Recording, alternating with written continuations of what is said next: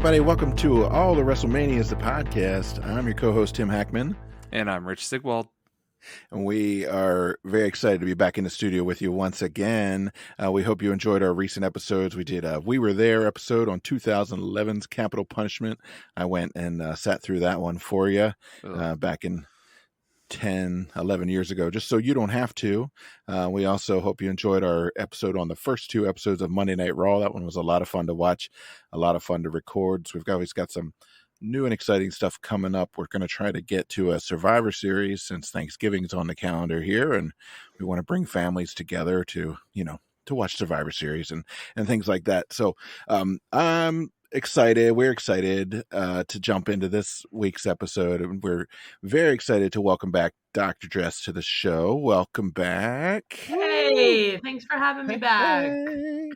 We hope you caught her last guest appearance when we discussed the Royal Rumble 1996 and a little bit about some of her really interesting research on wrestling fans, wrestling fan culture.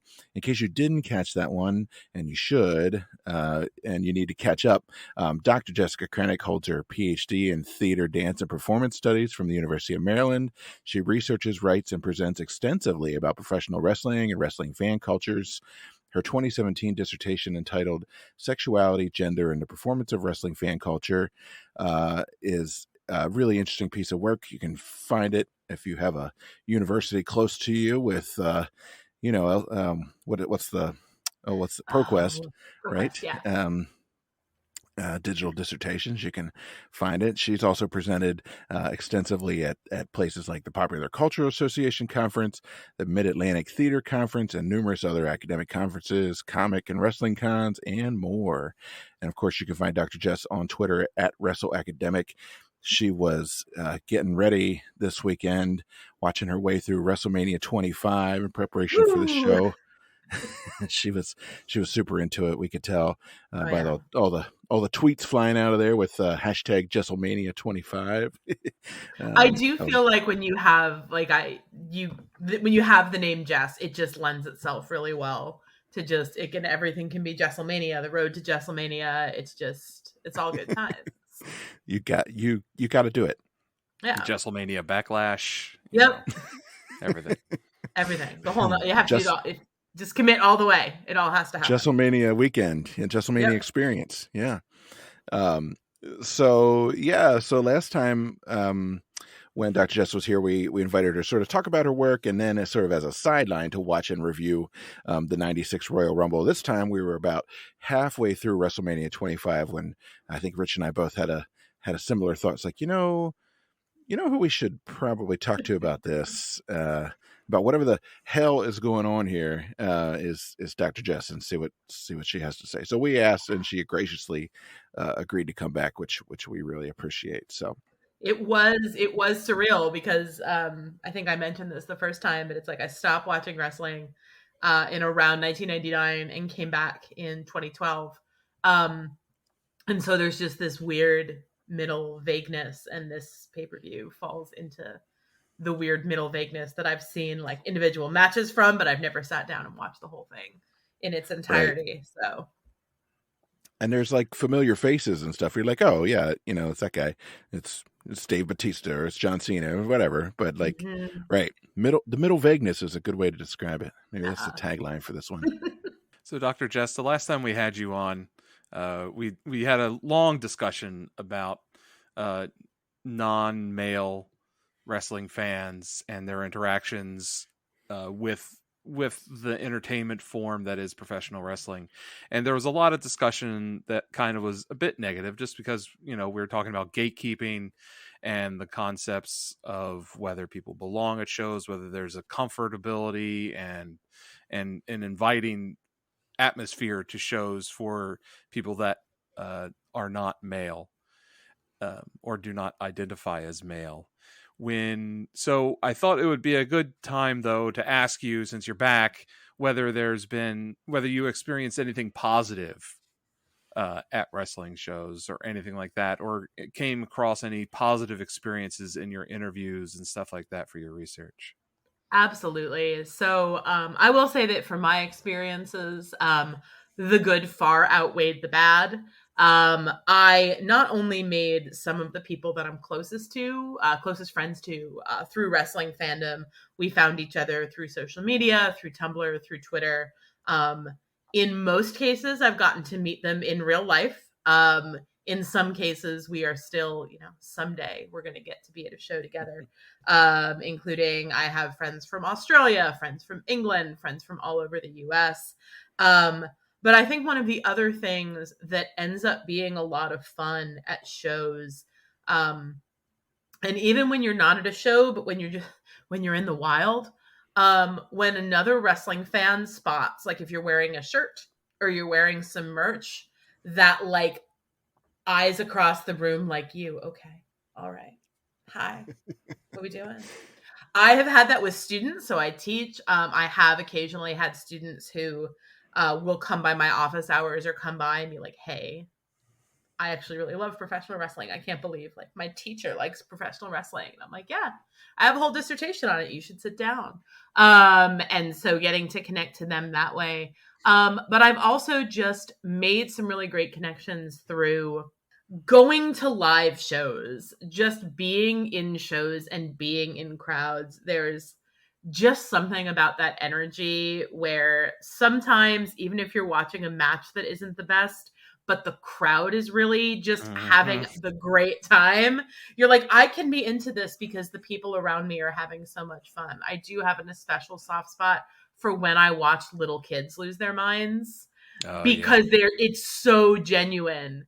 It's pure. It's pure. So right? pure. They're just reacting in the moment to what they're seeing. And I also used to have, so I got to go to WWE shows. I took one of my friends, she had never been to a wrestling show. I took her to AEW Full Gear back when it was in Baltimore. She had never watched professional wrestling. She only knew that I loved it. And by the end of it, her favorite match of the night was the death match. Yeah. And she was into it. She wanted more blood. She wanted more weapons. Her two favorites were the women's match and the death match. And she just was like, I get it. I get it now. And I said, yeah, once you have that experience, it's easy to fall in love with it and easy to find someone you connect with. In her case, it was Hangman Adam Page, which I don't blame her. I blame her only because she promised me she would cheer for whoever I was cheering for, and he was wrestling Pac that night, who's my favorite wrestler. And she was like, all right, and then Hangman Page came out and she said, I'm gonna cheer for him. I'm sorry. Yes. And I was like, I don't blame you. He's also who you're supposed to cheer for, but he's pretty dreamy. He is. He's an anxious millennial cowboy. We all love to see it. We're all there. We're all every one of us. But yeah, I think that having those moments of very genuine connection at shows, and also making connections with, so there's the Pro Wrestling Studies Association. They have a Twitter account, they have a journal, they publish it a lot, and they go to a lot of conferences. And there has been such a wonderful camaraderie of people who want to use each other's work, who are saying, I want to reach out to you because I heard you're doing research on this, and my mentor or my guide said that people weren't doing work on this, but I see that you are, and I want to talk. And it means that there's more wrestling dissertations out there and more wrestling, master's theses out there. And it's wonderful.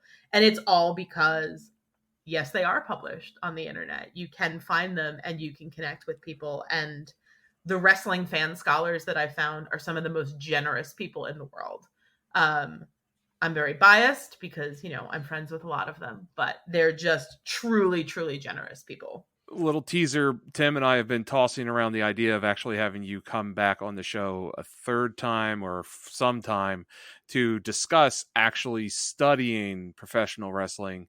Absolutely. Just because WWE has become infamous for changing the narrative of their history and changing of primary sources of their history, from like changing commentary to censoring what would be considered racist content today, to taking whole wrestlers out of their history. Yeah. after, Right. there are tragedies and they say, we're just going to remove this person from our programming.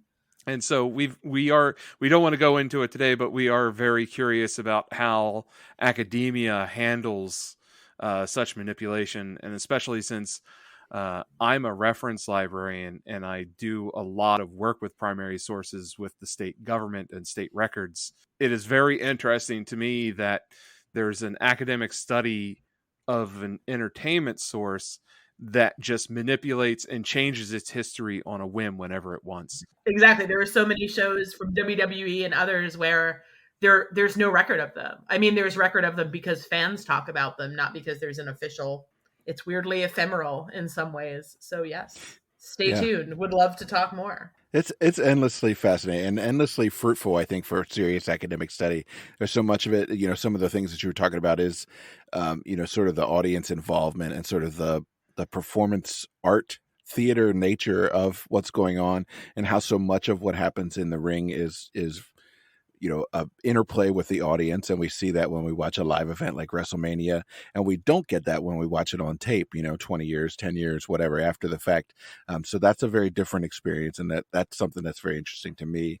I was meeting with our records manager this morning, the guy who's sort of handling the records management processes inventory for the university as a whole, and I didn't bring up wrestling, but it was very much on my mind after we hung up. I'm like, oh, like the stuff that he's talking about, inventorying things and tracking what gets deleted and how do you know where something is and what the provenance was, et cetera, all has endless, again, implications for the history of a business and of an art form. That does so much of it is its carny beginnings and still nature. I think it's a big part of it. So anyway, and WWE has such an interesting, I promise we're not going to do this all today, but such an interesting dynamic with the combination of their televised shows, their pay-per-views, and their house shows. And I don't know if either of you have had the opportunity to go to a house show, but I would just describe it as playful. There's just much more willingness to, like, there's more shenanigans.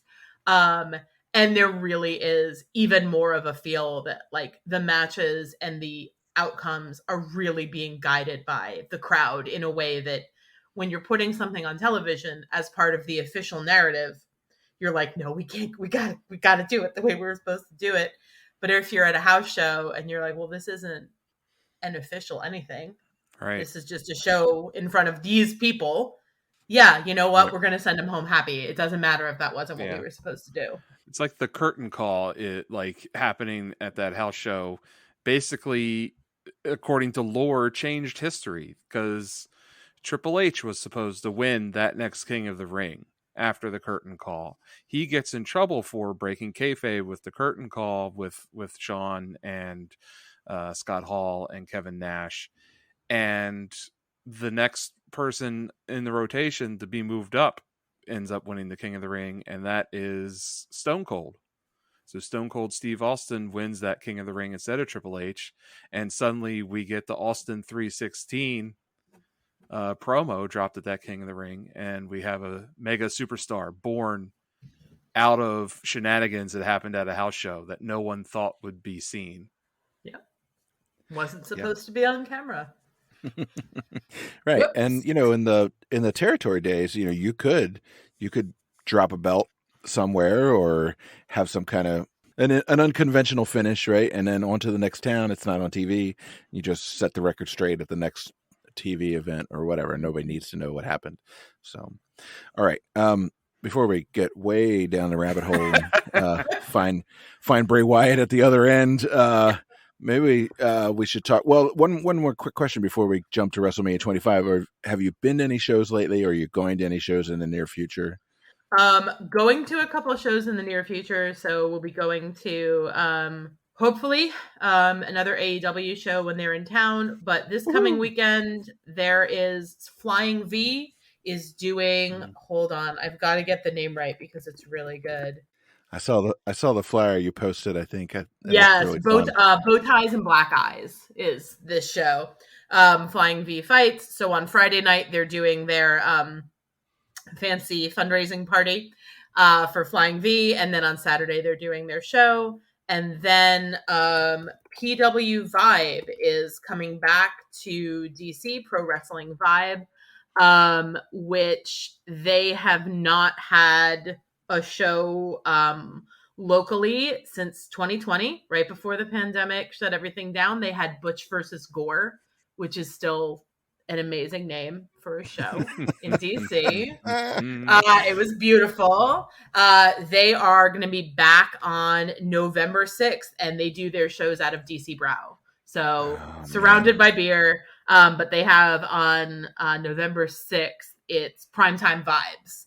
And they're finally coming home to DC. So beautiful. It's going to be wonderful. And they've just announced that Mr. Grimm is going to face Hoodfoot. So that's going to be a big old house fight. Are you going to...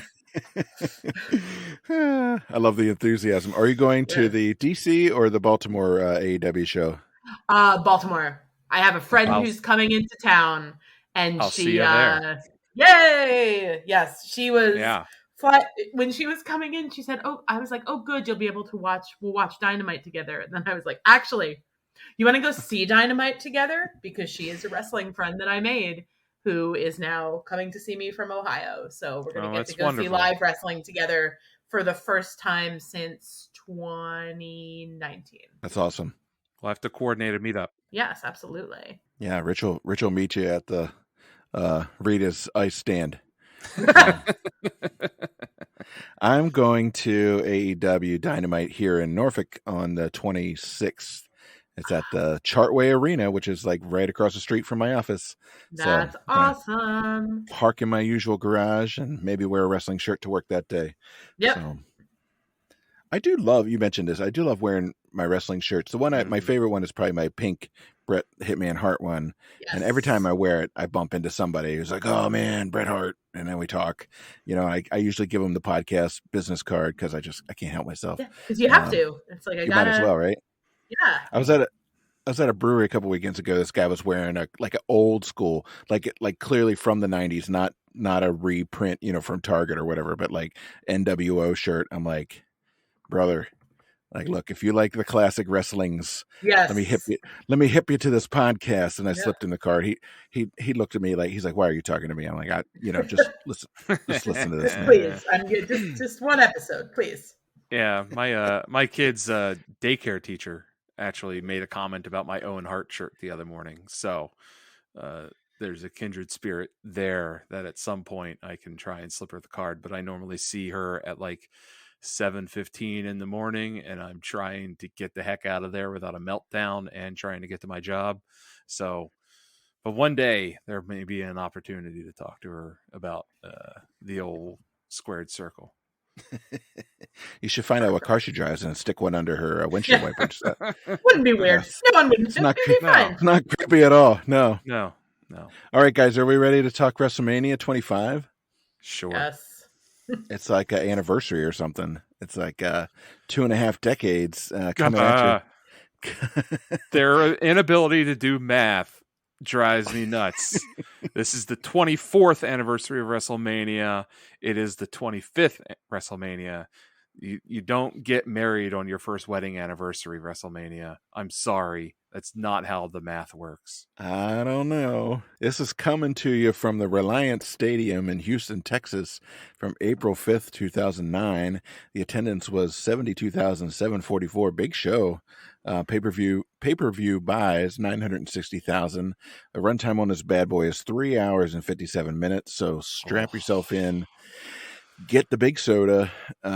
Maybe be ready with the pause button because you're going to need the bathroom. Or get a catheter, one or the other. Yep, one way or the other. Adult diapers. The tagline on this one, you're going to love this, Rich. The tagline on this one is the 25th anniversary of WrestleMania.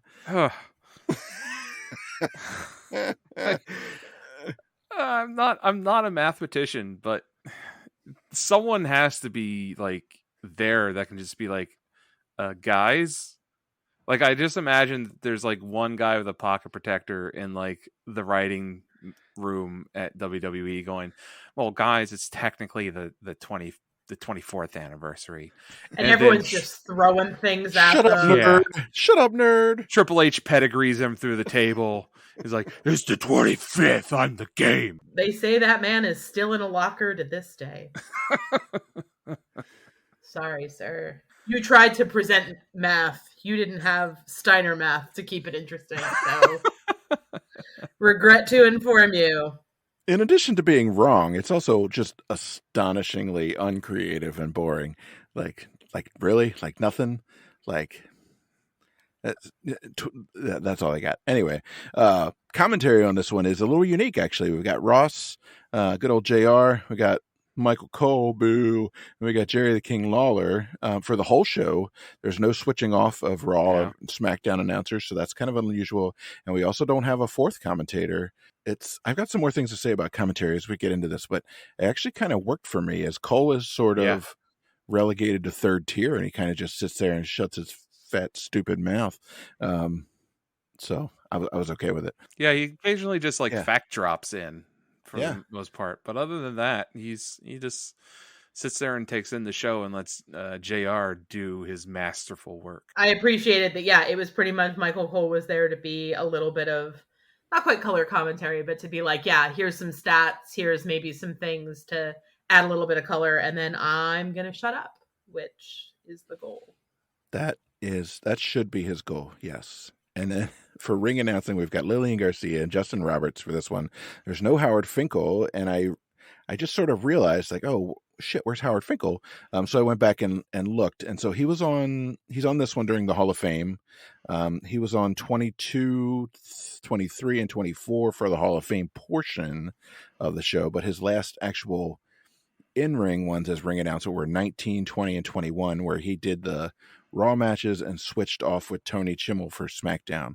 And his last solo one was WrestleMania 18. So the Fink is kind of getting out of the rotation. He's been a stalwart. And that voice is just so iconic with WWE. It's, there's some sort of magic that disappears with WWE when he stops doing the ring announcing full time. I don't know. It's just something. There's just something that, like, it's like watching a Stone Cold match without JR calling it. This is the Fink. I am used to him saying "and new," like that cadence that he had was just so iconic to their product that it's kind of sad that he's not there. Yeah, I feel like one thing that WWE often really had going was their announcers and commentators, with a few exceptions, but nothing's perfect, were so much a part of framing the experience. Like growing up with Gorilla Monsoon and Bobby Heenan, like that is what I associate when I think of those matches. Even if I was watching them without the sound, I could hear it. My brother and I will still have conversations where we'll remember like words that we learned because the commentators would use them, especially Gorilla Monsoon. My brother was like, "Hey, do you remember where we learned the word lacerated?" And I'm like, "Yeah, Macho Man lacerated his tongue." Yes. Yes, I remember that. That was so traumatic. I was scarred. Like he had been dropped over the metal grate surrounding the ring, and like Gorilla Monsoon in a serious voice is like, "The Macho Man has lacerated his tongue." Yep. Like, it was like, oh my God, this is very real and very upsetting. But just they are so much a part of creating that atmosphere, and there's just some calls that I can't imagine anyone else making. I just think that the moments would be so much less impactful if it wasn't JR, if it wasn't Fink, if it wasn't, Gorilla Monsoon and Bobby Heenan. It's like, well, that wouldn't have, the emotional resonance would not have felt the same. Yeah, that we have definitely missed some of those guys, Gorilla Monsoon in particular. Actually, there was just a Twitter thread, maybe you saw the same one, about words that you learned from wrestling commentary, and external occipital protuberance made an appearance, of course. The solar plexus, Gorilla that guy was a treasure trove. He really So, was. so I don't know. So Jess, you mentioned that this particular one was kind of in your, what'd you call it? The vague, The great uh, vagueness. the Middle vagueness. The middle the middle vagueness. vagueness of your Yep. wrestling watching. Do you have any kind of context recollection for this one, where you were, if you would have seen it the first time around, anything about it? No, definitely did not see this the first time around. This would have been, I mean, so 2009, I'm like, oh man, I was finishing up my time in Boston, getting ready to move to Maryland to start my PhD. And I think at this point, I knew about wrestling on the periphery because my brothers never stopped. But as far as like when I think about wrestlers who in 2009 I would have known basically the whole Chris Jericho match. Not surprising. I would have remembered Kane.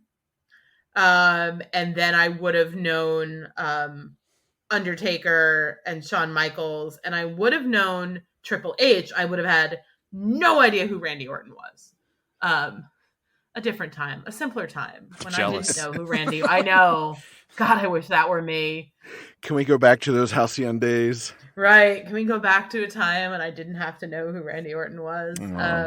But I think when I had stopped watching, so I was like, yes, Rumble '96. Did watch that. Remember watching that when I was younger. But I was like, so many of the people who were featured here either made their debuts in the middle vagueness, or they underwent a character transformation because Hunter Hearst Helmsley was on my television when I stopped watching. Right. And Triple H was there when I came back. And I was like, well, I mean, I knew DX. I knew because you couldn't, I mean, as they said on the documentary about DX, it's like you were either sucking it or someone was telling you to suck it. Like you didn't even have to be a wrestling fan to be like, I know this.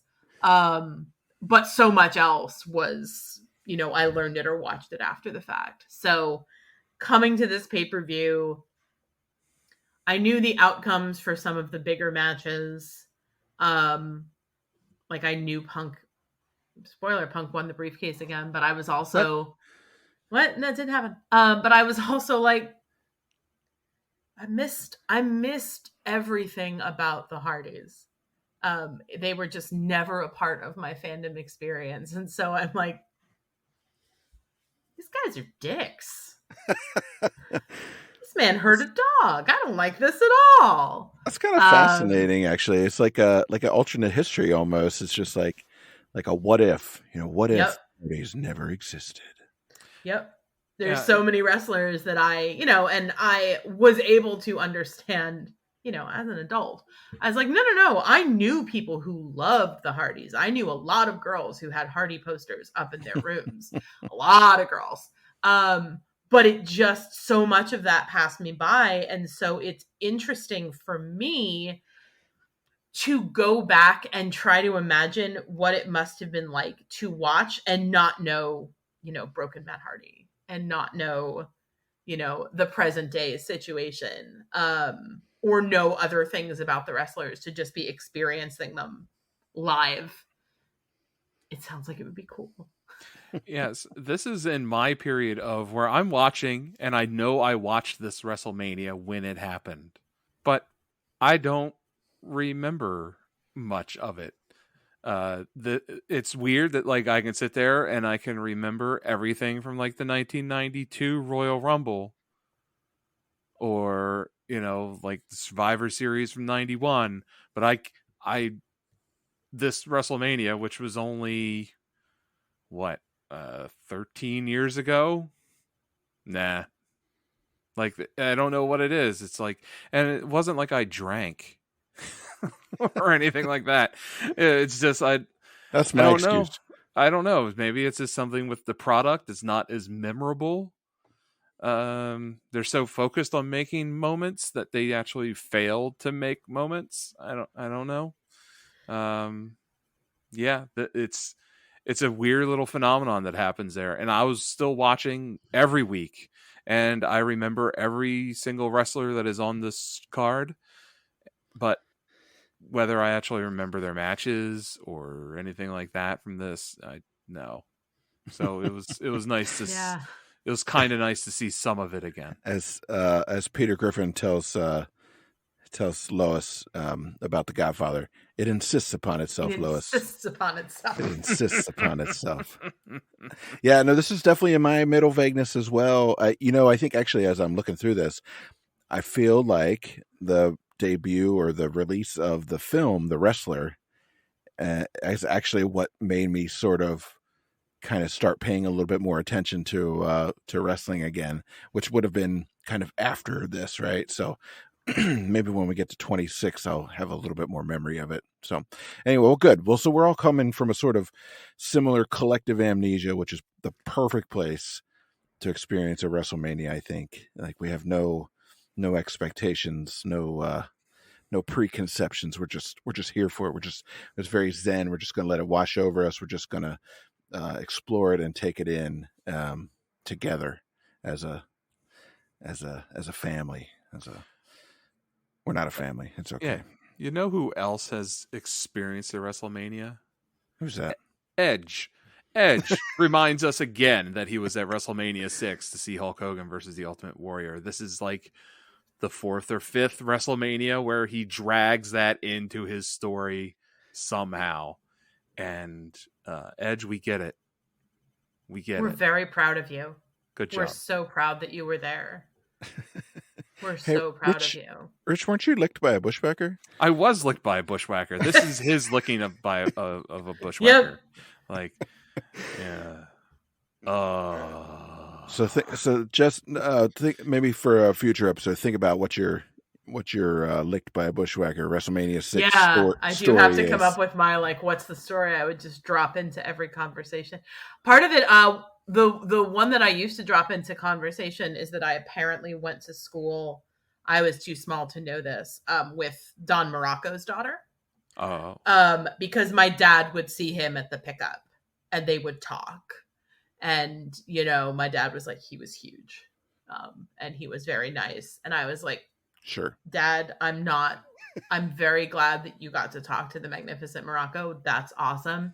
I was 4. I couldn't pick his daughter out of a lineup, but I'm glad that I went to school with her dad. That's my dad's story. That's my dad's licked by a bushwhacker story. Yeah, that's a solid one. I'll find mine. That's a solid one. I have a couple contenders.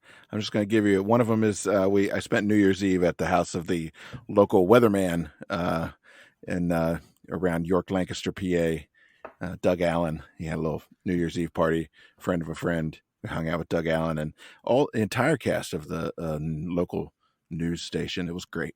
I was a high school student. I drank a lot of the champagne punch while nobody was looking. Doug Allen's super hot wife gave me a kiss at midnight. I think about that a lot, and I mentioned to people, but once you move out of the central PA, they're like, who the fuck are you talking about? What is that? How is that possibly a thing? It just is. Anyway, I'm not going to force it into this conversation, even though I just did. Are we ready to talk about some matches? I don't know. Yeah. Let's talk about some of these matches. Just some of them. Just some of them. We can maybe skim some of them. We opened this one as the last few WrestleManias I've done with a Money in the Bank ladder match. This one includes CM Punk, Christian, Finlay with Hornswoggle, his son, I guess, illegitimate son, estranged son, I'm not sure. Kane, Kofi Kingston, Mark Henry, who's here with Tony Atlas, which was nice to see. Good old MVP and human fucking fearless cannonball gymnastic maniac Shelton Benjamin. The absolutely ageless Shelton Benjamin. He has looked like that and will look like that forever. He's the Paul Rudd of wrestling. Yes, absolutely. And I think, I'll just start, as we've noticed actually the last few times we've seen a Money in the Bank ladder match with Shelton Benjamin. That guy is freaking amazing. And yet they don't let him win it. I know. No. What a bunch of shit. For this pay-per-view, there's actually some good signs. And there was one amazing one that got right on camera as someone came down the aisle that said, "Boo this man."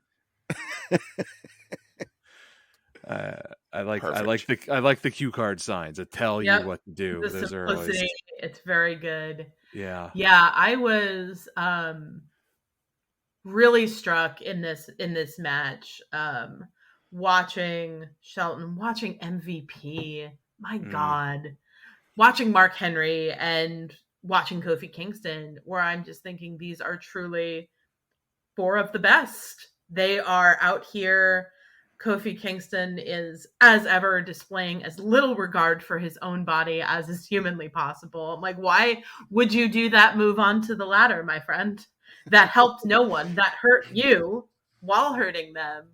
But just watching them and realizing that, and truly these are four absolute all-timers, who I think all but at this point, I mean, Mark Henry is with AEW, but I mean, Kofi and Shelton and MVP showed up in a Rumble recently. I remember that at least. Are still out there and are still doing absolutely amazing work, and have amazing story arcs. I was sad that MVP was in this match because he was the U.S. title holder, so that meant that the U.S. title won't be defended at WrestleMania. Yeah. And it was nice to see Tony Atlas roll out, but of all the Money in the Bank matches that we've watched so far, this one looked the most choreographed. It looked like it was going from spot to spot, and that someone in the back had actually like wrote stage directions for them or something, and it looked like modern day AEW wrestling.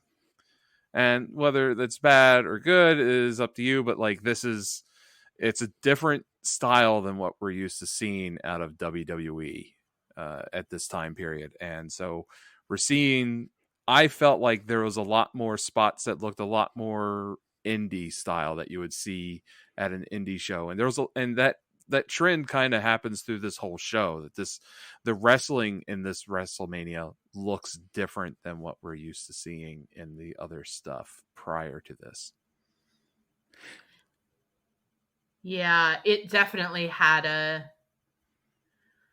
here's the spot, we have to do this. Oh, right, Christian's here. Which was how I kept reacting during the match, where I was like, oh, hey, there he is. He's coming out. And it did feel a little bit like they were like, okay, Kane and Mark Henry, you're our big men. You're going to do the big man stuff. Kofi, Shelton, you're going to do the regrettable stuff. Christian, you're here. MVP, you're just going to be a workhorse. Like, we need you to just kind of make this stuff look good and base for some people. And bless him, he did it. He was like, all right, I'll protect you. Shockingly, spoilers, I felt less at risk for people's lives than I did during the Undertaker Shawn Michaels match. Yeah. In spite of the amount of ladders that people went off. And also, Hornswoggle bringing out a tiny ladder. It's pretty good. Yeah, that was adorable. He's got a tiny ladder, and I'm like, that's like when Big Show had a really big chair at TLC. This is fine. I like when people have things that are their size. Well, he thinks he's gonna get to the belt that way. That's the best. It's so good. Yeah. The only thing that I cringed at was that there was a really ugly spot with MVP near the end of the match. Him and Benjamin slipped or something, and you can see MVP's head bounce off about 3 or 4 rungs going down the ladder. And it was like, that was not supposed to happen like that. And I hope he's okay. It definitely was a match that I'm like, it's nice to watch this in 2022 and be like, all of these men are alive. Yeah. They are all still relatively able-bodied. So even if what I'm seeing here is a little terrifying, it's okay. I know they're going to be okay. I've seen them. I've seen them since this. Yeah, I think the only two who aren't sort of like regularly active are Finlay, who I believe does a lot of training these days, and Hornswoggle, who we actually saw at the autograph thing that we went to back in the fall. So that was something. Yeah. And Finlay's, I think he has kids who are wrestling at this point. Maybe that might be true. Sure. Yeah, we'll fact check that. Yeah, Yeah. Rich can fact check us later. That's what he does. He's got a little theme for it and everything. It's great. Yeah. So yeah, CM Punk wins for the second year in a row. I'm pretty sure he says, "What's my fucking name?" as he takes the belt. He's yelling. I don't know if that's straight edge or not. I don't know if are you allowed to curse? I If know. Are if you he's allowed to straight say edge? fuck? Oh, by the way, yeah, David Finlay, who wrestles for New Japan, is Oh. his son and looks very floppy haired. And I don't know. I think he's trying to be cool now. Which, come on, man, it's not a thing. But yeah, CM Punk wins, and I'm like, I think my response was okay. Next. It's fine. So there's a couple of things coming up that really sort of tried my patience, like right off the bat here. So there's Yeah. First of all, there's like a full on fucking Kid Rock concert here. He does, I don't know, 3, 4, I can't tell his songs apart. He does like 3 or 4 songs. It's a medley. He does at least 4, but for all I know, it was 6 because they do all just start bleeding into one another. Well, you can take the average. According to Wikipedia, he did 5 songs, a medley of Bawita Daba, Rock and Roll that Jesus, was that first one. Cowboy, All Summer Long, and So Hot. And hot is spelled with 2 T's because it's And so I think hot. that was, I believe they said that was the one that was like the WrestleMania, like a theme, or like, this is for WrestleMania. And I was like, that's a shame. Sure. Yeah. Ugh, it goes on for fucking ever. I fast forwarded. The only way I can describe it is it just kept happening. Yeah. And like they'd occasionally cut to someone in the crowd who seemed kind of into it, but it was Nobody also was feeling it.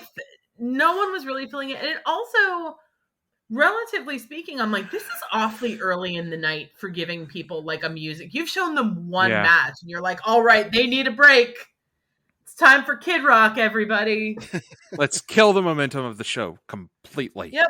Yeah, and I mean, Rich, you said even like most of the stuff up to and including the next match, almost feel like sort of like a pre-show, like stuff you'd sit and watch while you're waiting for the actual show to begin, and it didn't do him any favors. Also, they're in Houston. That's not fucking Kid Rock territory. He's Detroit. Where is ZZ Top? God damn it, that's what I want. Right. Like, just bring out some, like, you can bring out some country. You can bring out some, I don't know, Paul Wall is from Dallas. Like, you can just, you can bring out, people Willie Nelson. Nearby. Where's Willie Nelson? America's national treasure, Willie Nelson. That's who belongs right here. Yes. Just a long set, like a 40-minute version of Whiskey River. A lot of harmonica solos. They had Nicole Scherzinger earlier in the show. Why can't she do something or something? Like at one point, Kid Rock screams, "Where ya at, Houston?" We're here. I think he's upset because the crowd doesn't care. And then I was just like, does he not know where Houston is? Does he not know where he is? I think it's possible. And then the last song that he does, all the divas come out and dance really badly, all trying to be strippery, porny kind of looks with their dancing, and it's just and then I was like, oh well, they paraded them out. Oh look, they're all fighting. Yeah, so that gets us in. And by the way, we're not really going to show them, and we're going to casually be like, oh, Layla got eliminated before it even started. And I'm like, well, then it shouldn't count, friends. That's why you have the bell, dumbass. Yep. They don't introduce anyone. No. And it was, and I will say, and again, some of it's because some of them were still wrestling. By the time I came back, some of them were like doing indie stuff, like Katarina, I think she was Katie Lee at this point. But I recognized a lot of them. I was like, hello, Alicia Fox. I want to see you do the best Northern Light suplex in the business. You didn't get to, which is not surprising.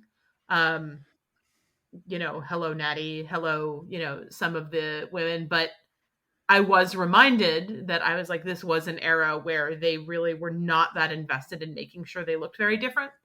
They couldn't even have last names. Yeah, I think JR at one point, and I know he was, I'm like, JR, you were making a joke. It's actually kind of funny. But he said, like, my money's on the blonde. And I was like, haha, it's funny because a lot of them are blonde, JR.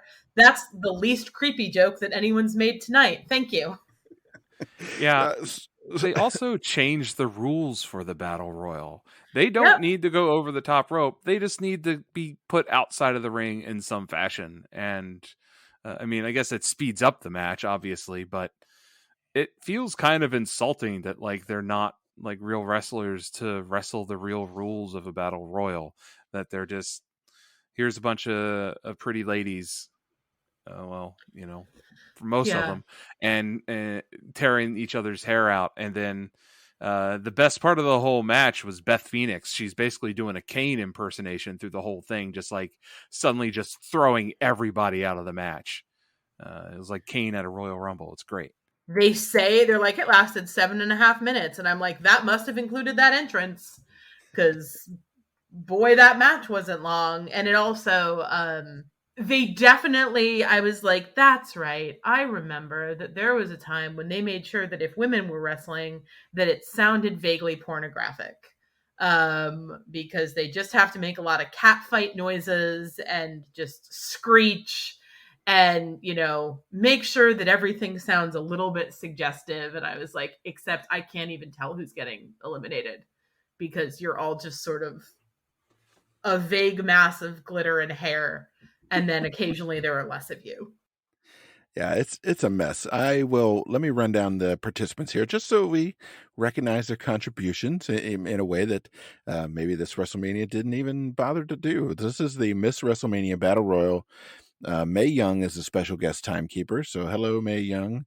Our participants were Alicia Fox, Beth Phoenix, Brie Bella, Eve Torres, Gail Kim, Jackie Gata, Jillian Hall, Joy Giovanni, Katie Leah Burchill, Kelly Kelly, Layla, no last name, Maria, no last name, Maurice, no last name, Melina, no last name, Michelle McCool, aka Mrs. Undertaker, Mickey James, Molly Holly, Natalia, Nikki Bella, Rosa Mendez, Sunny, Tiffany, Tori Wilson, and Victoria.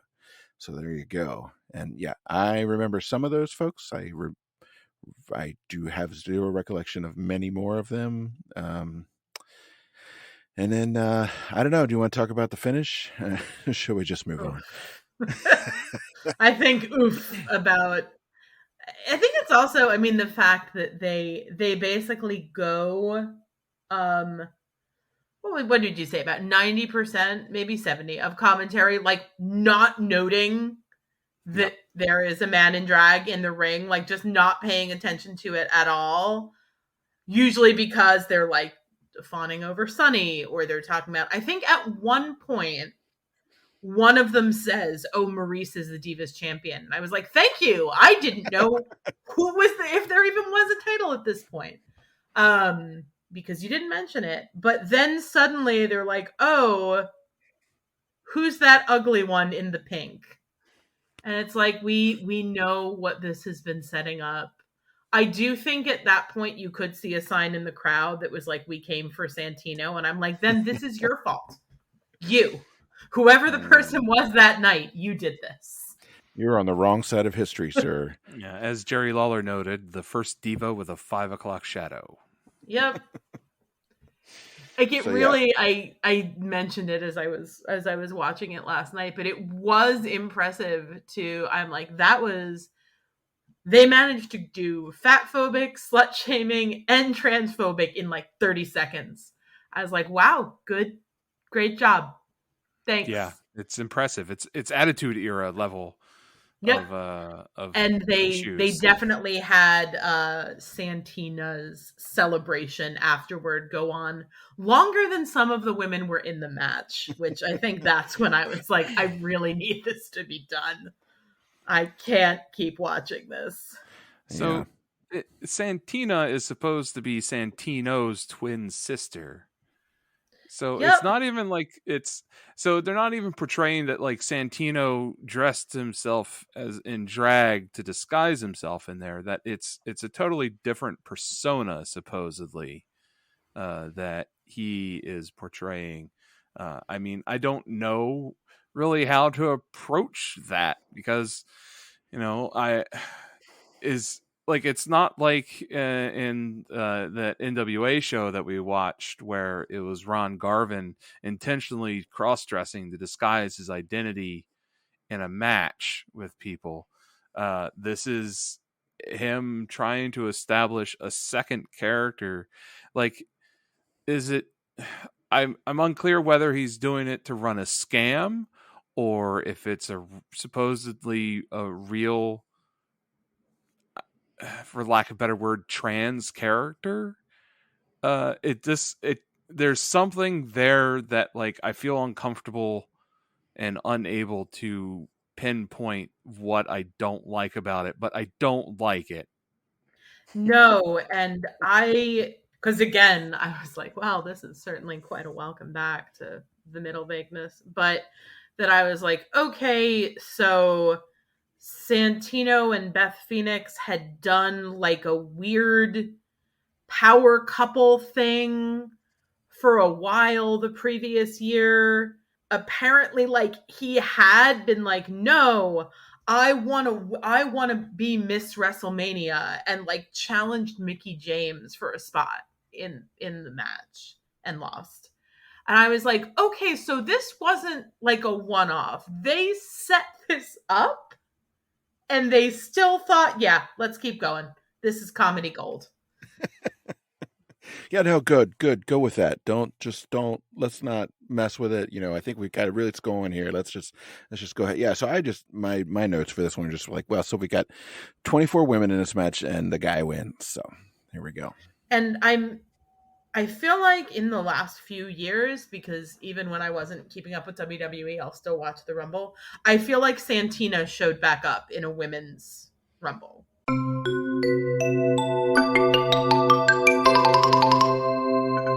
Santina Marella was the 29th entrant into the 2020 Women's Royal Rumble.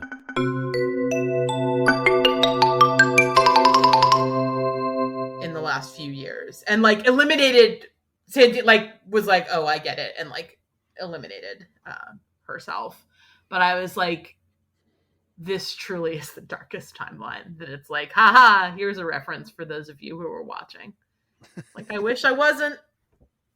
I truly wish I wasn't.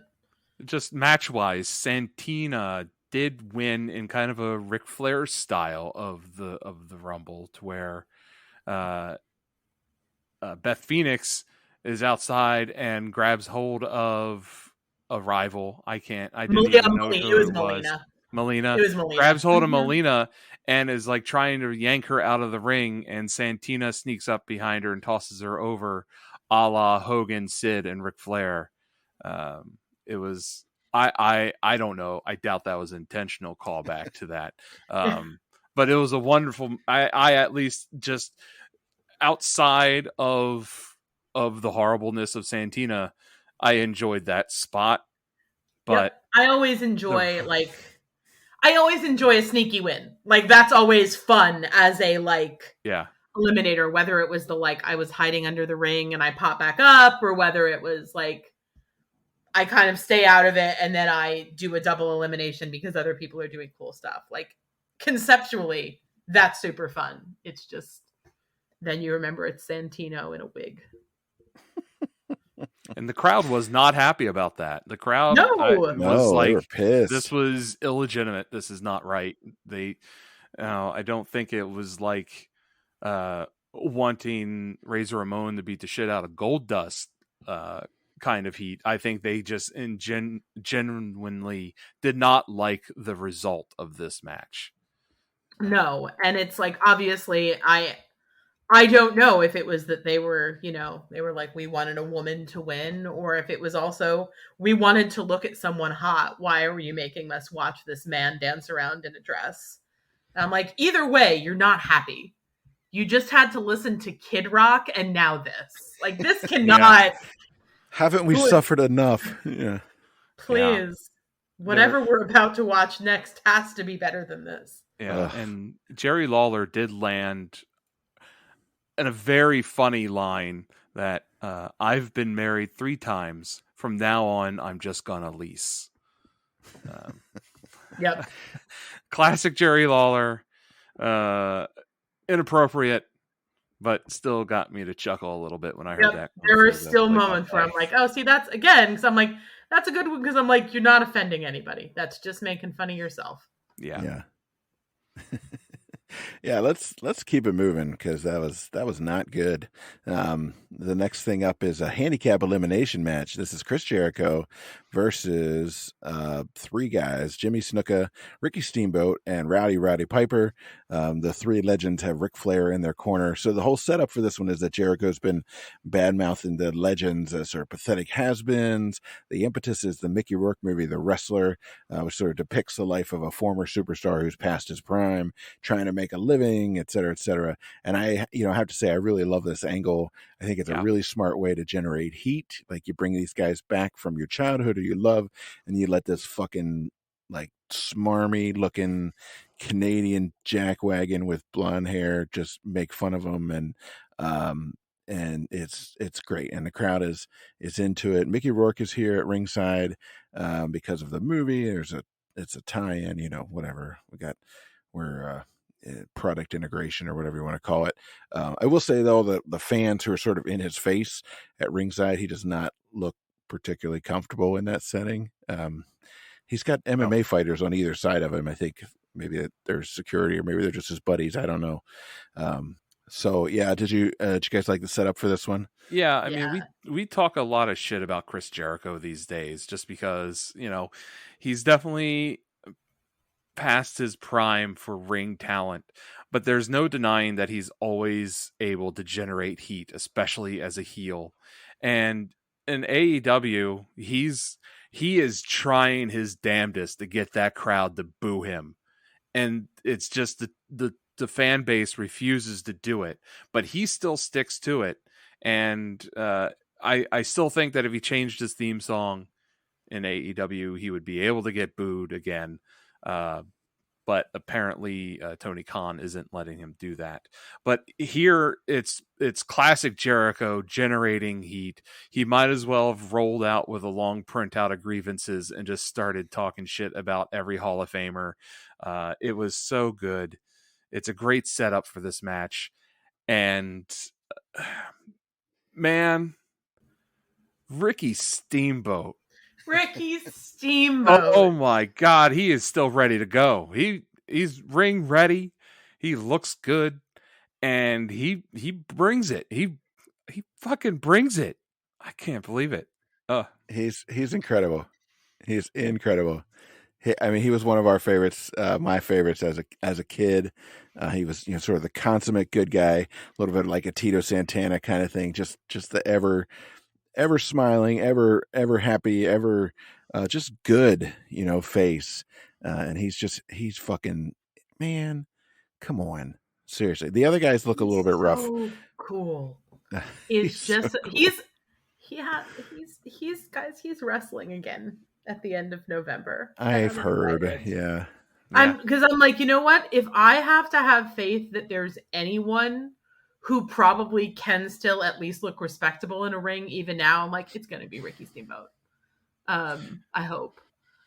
Yeah, I pray. I doubt he's going to be able to climb the ropes in the middle without holding on to them like he does in that one Ric Flair match. But there's no doubt in my mind that he's at least still going to be able to lock in intense, vicious-looking headlocks, deliver those karate-like chops, and just lay it in on somebody and take someone to the woodshed for like 5 minutes. There's no doubt in my mind that he could still do that right now. Yeah, and it was watching the match. It was a moment where I was able to put myself imagine I would in 2009 have been like, Ricky Steamboat's about to win this match. He is about to humiliate Chris Jericho and get the win for the veterans and make Chris Jericho look like a stupid jerk. And even if he doesn't get the win, he looks fantastic. Everything looks really sharp. It looks really clean. And again, Chris Jericho is, if nothing else, truly consummate professional in a lot of ways at this point, especially in the ring, where he's like, oh no, I'm going to make sure that I let Ricky Steamboat kick the crap out of me. I am going to sell this with exactly the amount of respect it deserves. Yeah, and their parts of the match together are fantastic. Honestly, they're as good as anything on TV at the moment. Snuka comes and goes pretty quickly. You can tell he sort of needed to get out of there. Piper's section is okay. He's wearing a shirt that says "Old School's Cool." WrestleMania 0-25 on the back of it because he's never won a kind of reverse Undertaker dig there. Yep. JR gives us a really good line that says, there's nothing pretty about Piper's offense, but everything he does hurts, which I really liked. Yeah, there's a lot of little subtlety in this match too. Lawler turns babyface commentator during this match. He is on the side of the Hall of Famers, and so that was kind of a refreshing little turn that like he's not just always going to be sticking up for the heel. He recognizes that his friends are in the ring and he needs to talk good about them. And, Piper gets in his eye gouges. Jericho eats a classic move from every single one of the participants, which is great. I really got nervous that Snuka was going to try to jump from the top rope at one point. That like I was relieved when he submitted and left the match because I was very nervous that he was going to try something like crazy. But yeah, this match was also like the perfect length for what it was. They didn't drag it out, but they also didn't rush it. It had good pacing and it made sense and it told a good story. And this is probably up there for one of the best matches of the night, in my opinion. Yeah. It was a lot of fun. It was just, it was fun all the way through. And it was, to me, it was, we get a couple of reminders, I think, at this show, like what wrestling can be when it's at its best, kind of the two ends of the spectrum where I think, yes, Shawn Michaels versus Undertaker is wrestling at its best in a completely different way than Chris Jericho versus Three Legends, who are all like, everyone in that match is like, nope, we're giving this our best. We're going to do all the throwbacks. We're going to make sure that, even if Chris Jericho wins, that people are going to go home happy because they got to see us each do our thing. But yes, mercifully not Jimmy Snuka going to the top rope. I was like, let's go home, buddy. Let's bring it home. You've had your fun. The only nit I'll pick on this, and it's not really a nitpicky thing, but I would have tried to find some extra money in the coffers to have Hogan show up at the end of this thing. Like, I would have just ditched the Mickey Rourke jump in the ring to punch Chris Jericho. I understand what they're going for. They're going for the WrestleMania moment spot.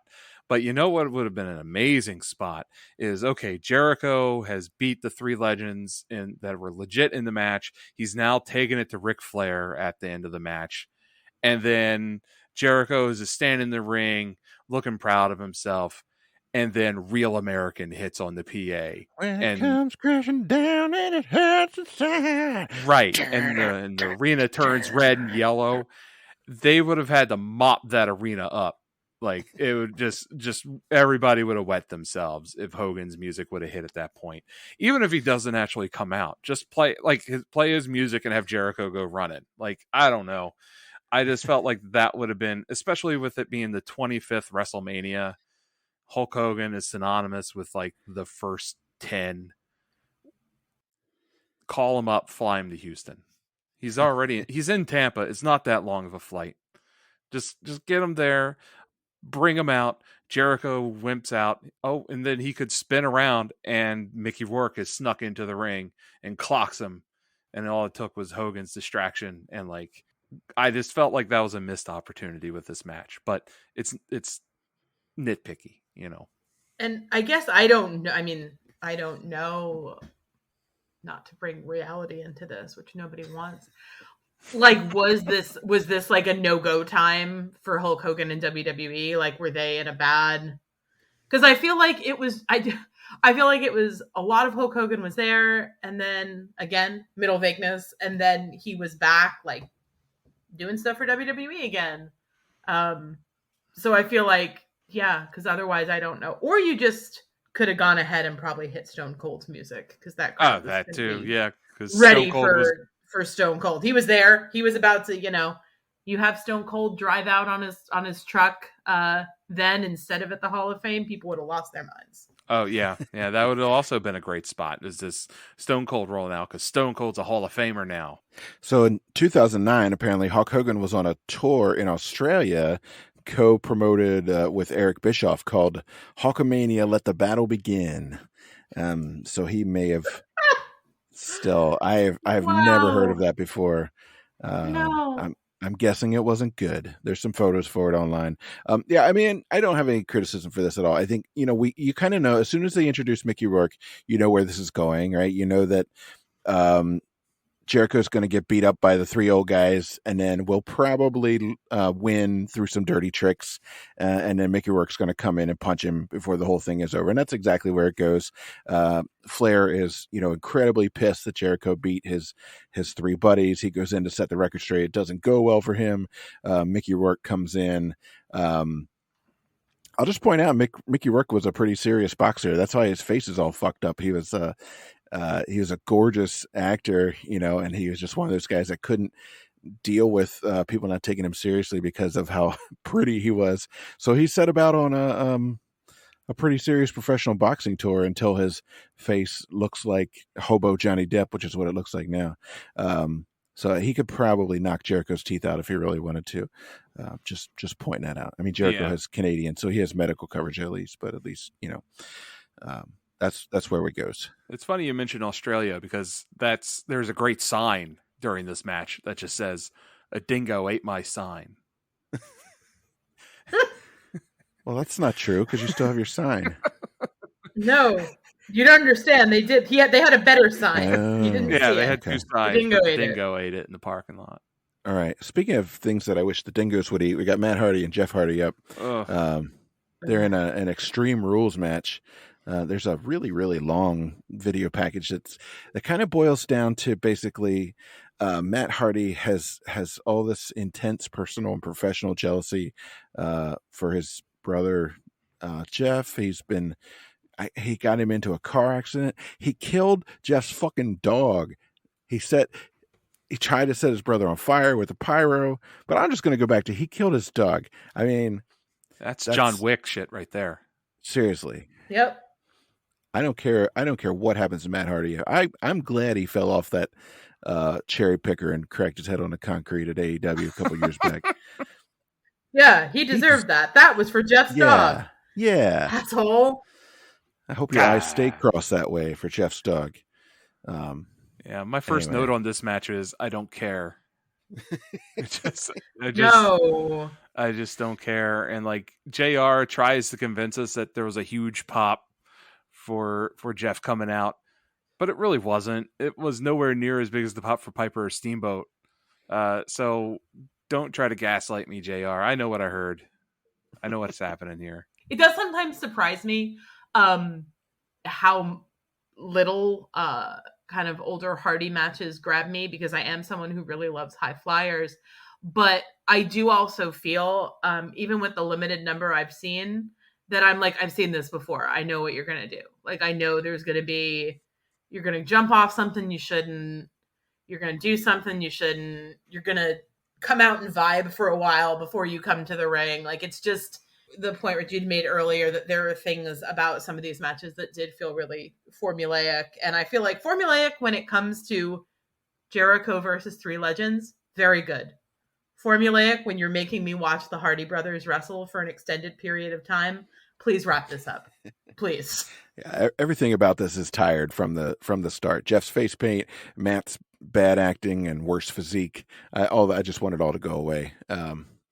So and his whatever those jeans are that were big for a while with like the giant stovepipe, the Junko, whatever they're called. The Junko jeans, yeah. All that. It's terrible. It's like the Young Bucks just took everything that was bad about the Hardys and turned it into another tag team. I just and like it's all on display in this match. Why, if they're two legit wrestlers, why does it have to be a hardcore match? Why does it have to be this insane gimmick match? Other than WWE thinks the crowd wants to see them do stupid shit off of a ladder. there's just some things that just don't make sense in this match too as a hardcore match. Like, why was there a framed WrestleMania poster under the ring? Why was there a shop vac under the ring? I don't. And Matt Hardy gets bloody very early in the match, and I don't even know how. Was it a camera fail that we didn't see a shot, or what? I don't know what happened there. It doesn't matter. No. Let's move on. Yeah. I hate it. Thanks, I hate it. Next up is Rey Mysterio versus JBL for the WWE Intercontinental Championship match. Rey Mysterio has a really dope-looking Joker costume. That was super fucking cool. He must be he must be an actual comic book fan. He's done a lot of comic book things over the years. He's been to Flash. Yeah, he loves it. His first WrestleMania, he was Daredevil. He was a sleeveless Daredevil, but he's a Daredevil. And we got the Joker. And as ever since Rich pointed out, the mooing over JBL's theme song, I can't unhear get over it. It's You so can't great. unhear it. It's like, I wish, like, if he had come out with real cows, A+. But he doesn't. And that's why he doesn't win. I feel like I blacked out and like switched over to Bonanza or something by accident. I don't know. Yep. I love that this is a squash match. It's great. Yep. I love that JBL loses a squash match to Rey Mysterio Jr. It's so great. Again, you want to fight with me about Big Show and Sasha Banks? I just watched Rey Mysterio take down JBL. And nobody has a problem with that. Everybody's happy. You don't think Sasha Banks could beat the Big Show? I do. I think she could. It would look cool as shit. But I will also say that, like, again, because I did see, like, young Rey Mysterio in WCW, and I love watching him. And it was a reminder that I was like, oh, on occasion, with the right opponent, the 619 looks like a believable move, and not just don't move. I'm coming. I got to swing myself around. Like in this, I was like, no, JBL was caught completely off guard. He's sort of dazed. It makes sense that he'll hit the 619 and that he'll win it in his sweet Joker mask. And it was amazing to me that they were like, oh, he's never had that title before. I was like, really? Okay. But I guess he was a cruiserweight, so it makes a certain kind of sense. But I was surprised. And this is the first time that the Intercontinental title has been defended at WrestleMania since WrestleMania 18. Jesus. 7 years since the IC title had seen a defense at WrestleMania, and it gets a squash match. I'm fine with it being a squash match, but it's kind of, for the heritage of the title, it kind of feels, kind of blah, knowing that, like, Macho Man versus Ricky Steamboat for the Intercontinental title, WrestleMania 3, and all those other great Intercontinental matches. Just it's now relegated to a squash match at WrestleMania 25. Yeah, but this match, regardless of how I feel about the IC title heritage, I enjoyed it quite a bit. I love seeing JBL get it stuffed back down his throat. I love it. Yep. I don't know. I feel like maybe there's a metaphor in this match for the Texas-Mexico border conflict somehow. I haven't fleshed it out just yet. I don't know. I'm not willing to commit to it, but there's something there. I think so. Just got to get to it. I think what the academics would say. There's a way in which that's what we'd say about it. But anyway. Yeah. So after the match, JBL has something to say. He tells us he quits wrestling. He's off to go announcing, I guess. That means no more sweet mooing on his soundtrack, I guess. It's very sad. I was going to say, until they start playing his music when he comes out for commentary, and I'm like, the cows are back, everybody. Don't worry. Thank God. All right, let's get into it. This is the highlight of the card. It's been a rough start. We've gotten to a little bit of a cruising point here. The couple of halfway decent matches. Well, not you, Hardys. But now it's time for the highlight, and it's the Undertaker versus Shawn Michaels. Of course, the big story is that the Undertaker 16-0. Will the cross-eyed pretty boy with the split ends be the one to finally cut his streak down? I don't know. Well, he is bringing Jesus, He is. which is a new move against the Undertaker, is to bring Jesus. Yeah, It's a bold move. Normally in my notes, I put like just the wrestler name versus wrestler name, and then like a list of just notes for the match. I did not get to write that. All the heading for this match in my notes is LOL Shawn Michaels descends from heaven. Yep, and Undertaker ascends from hell. It was amazing. That's good stuff. We're not doing subtlety here. This is God versus the devil. And guess what? The devil's gonna win. Shawn is bathed in white light. He's all in white. He's got his arms outstretched like he's Clint Eastwood at the end of Gran Torino or some other. He's Last Supper. Some other Jesus. literary figure. I'm sure. I just can't think of it right now. He broke bread in the back, and it was like, Triple H, you're going to betray me, and he planted him a kiss. And he's like, I can't drink. It went on for a really long time. Everyone was uncomfortable. Yeah.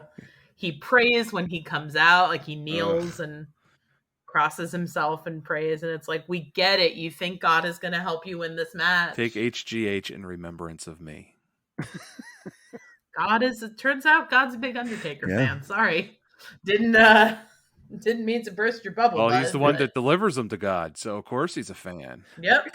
If God really existed, he would do something about Shawn's eyes. He would help get those things lined up again. He would have. Come on. He's not praying hard enough. Get those fuckers pointing in the same direction at least, you know? I appreciate that they carry that sort of theme throughout the match. It's not just in the entrance. It's the whole way through this damn thing. There's a lot of good stuff here. I don't think we need necessarily go through it move by move. I mean, I think the big one is is a sequence of things where Undertaker's outside the ring. Shawn tries a moonsault, and Undertaker just sort of sidesteps and also just slams him to the floor. Yeah.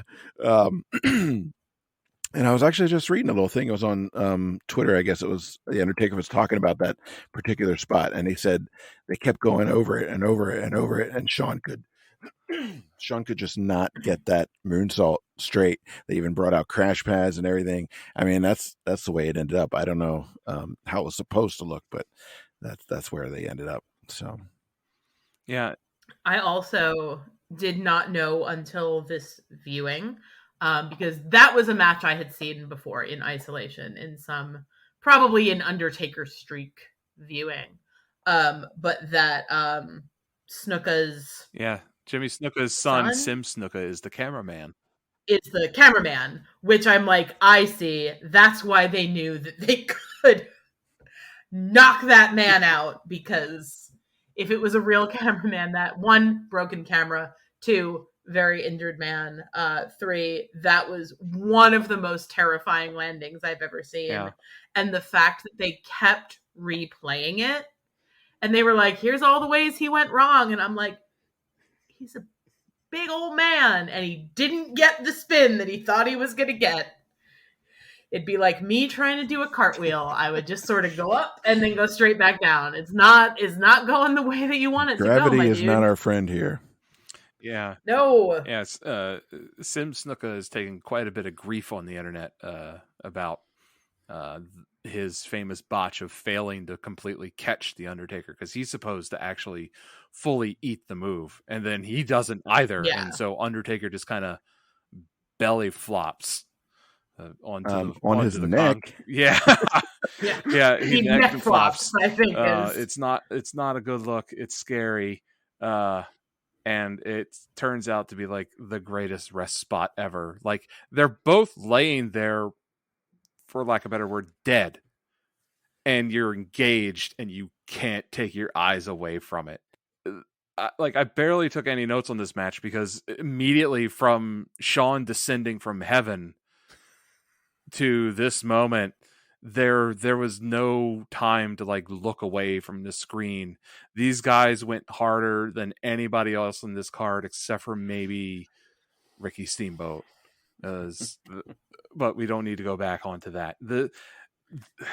And like Shawn, you can see the desperation in Shawn's storytelling, that like it gets to the point to where Shawn like drags the referee back into the ring in this moment just to try and get a count out win against the Undertaker. Like he'll take anything to get out of this match and in the streak.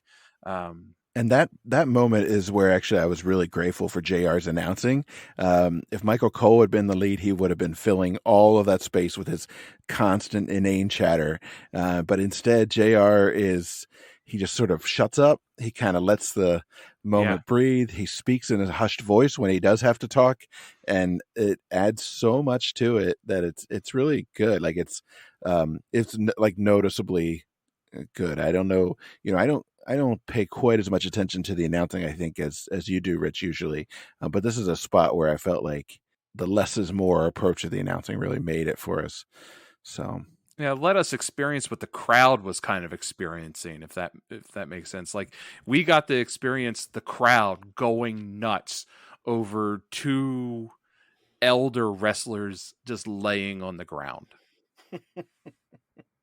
possibly suffering neck injuries and spinal cord damage, but they're just laying there, and the crowd is losing its collective mind. Man, that crowd would love my house on the weekends, because I do a lot of just laying around on the ground. They'd be super excited. Just being kind of hurt. Just yeah. Yeah. I mean, my neck does bother me. I'm pretty. No, I didn't wrestle. I just slept weird. I picked up a rake yesterday. It's all over. Yep, it's gone. It's gone awry. But yeah, the commentary and the camera work, the close-ups on their faces of like when, I forget if it's after one of the tombstones where Michaels kicks out and you just see that moment where they cut to Undertaker and he genuinely looks like, I don't have anything left. That was it. Like that took everything I had and he's still kicking out. What am I supposed to do? And it was another moment, much like, watching and being like, I think Ricky Steamboat is going to break his Jericho. I was like, I would have been watching this match like the streak's over. Yeah. Shawn Michaels is going to win. He has to win. How can he not? And yeah, it was just an unbelievable just piece of storytelling. And also there's nothing like proper dead man music Undertaker. No. It's so good. There's some amazing moments too that are just suck the wind out of my lungs. And one of them was when Undertaker goes for the big Macho Man style elbow, which was terrifying. As a 6'10", 300-pound man flying from the top rope with a huge elbow, which is something Shawn also does. So like they're exchanging moves kind of a little bit. And then there's the moment where Shawn skins the cat to get back into the ring, but he lands on the Undertaker's shoulders right into a tombstone. And I thought that was an incredibly clever spot. And then Undertaker catching Shawn Michaels out of a moonsault into a tombstone.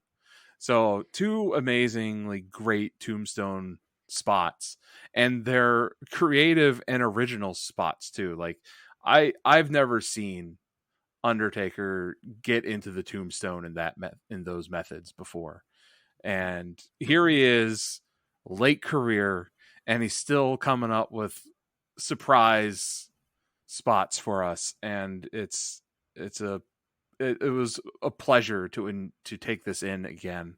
And again, with the commentary too, JR in the middle of this match goes, "This is one for the ages. This is a classic." And I love when JR pulls himself like out of calling the match and into a wrestling fan and a wrestling historian, and lets the audience know that this is what pro wrestling is. This is what what it's supposed to look like, and this is what he loves. It's one of my favorite moments when JR does that, and he doesn't do it much, but it was great to hear him do it in this match because he's right. Yeah. And it's also, I mean, if we're talking about kind of going along with the crowd, I don't know if it's split 50-50, but the crowd feels split 50-50. Like both of these men have huge cheering sections. It's very back and forth. It's very balanced. You just like the crowd is so into this match after so much of, they've been given kind of an up and down night, and the crowd is like, no, we're here. We are sold on this match. We're very present for it. Yeah.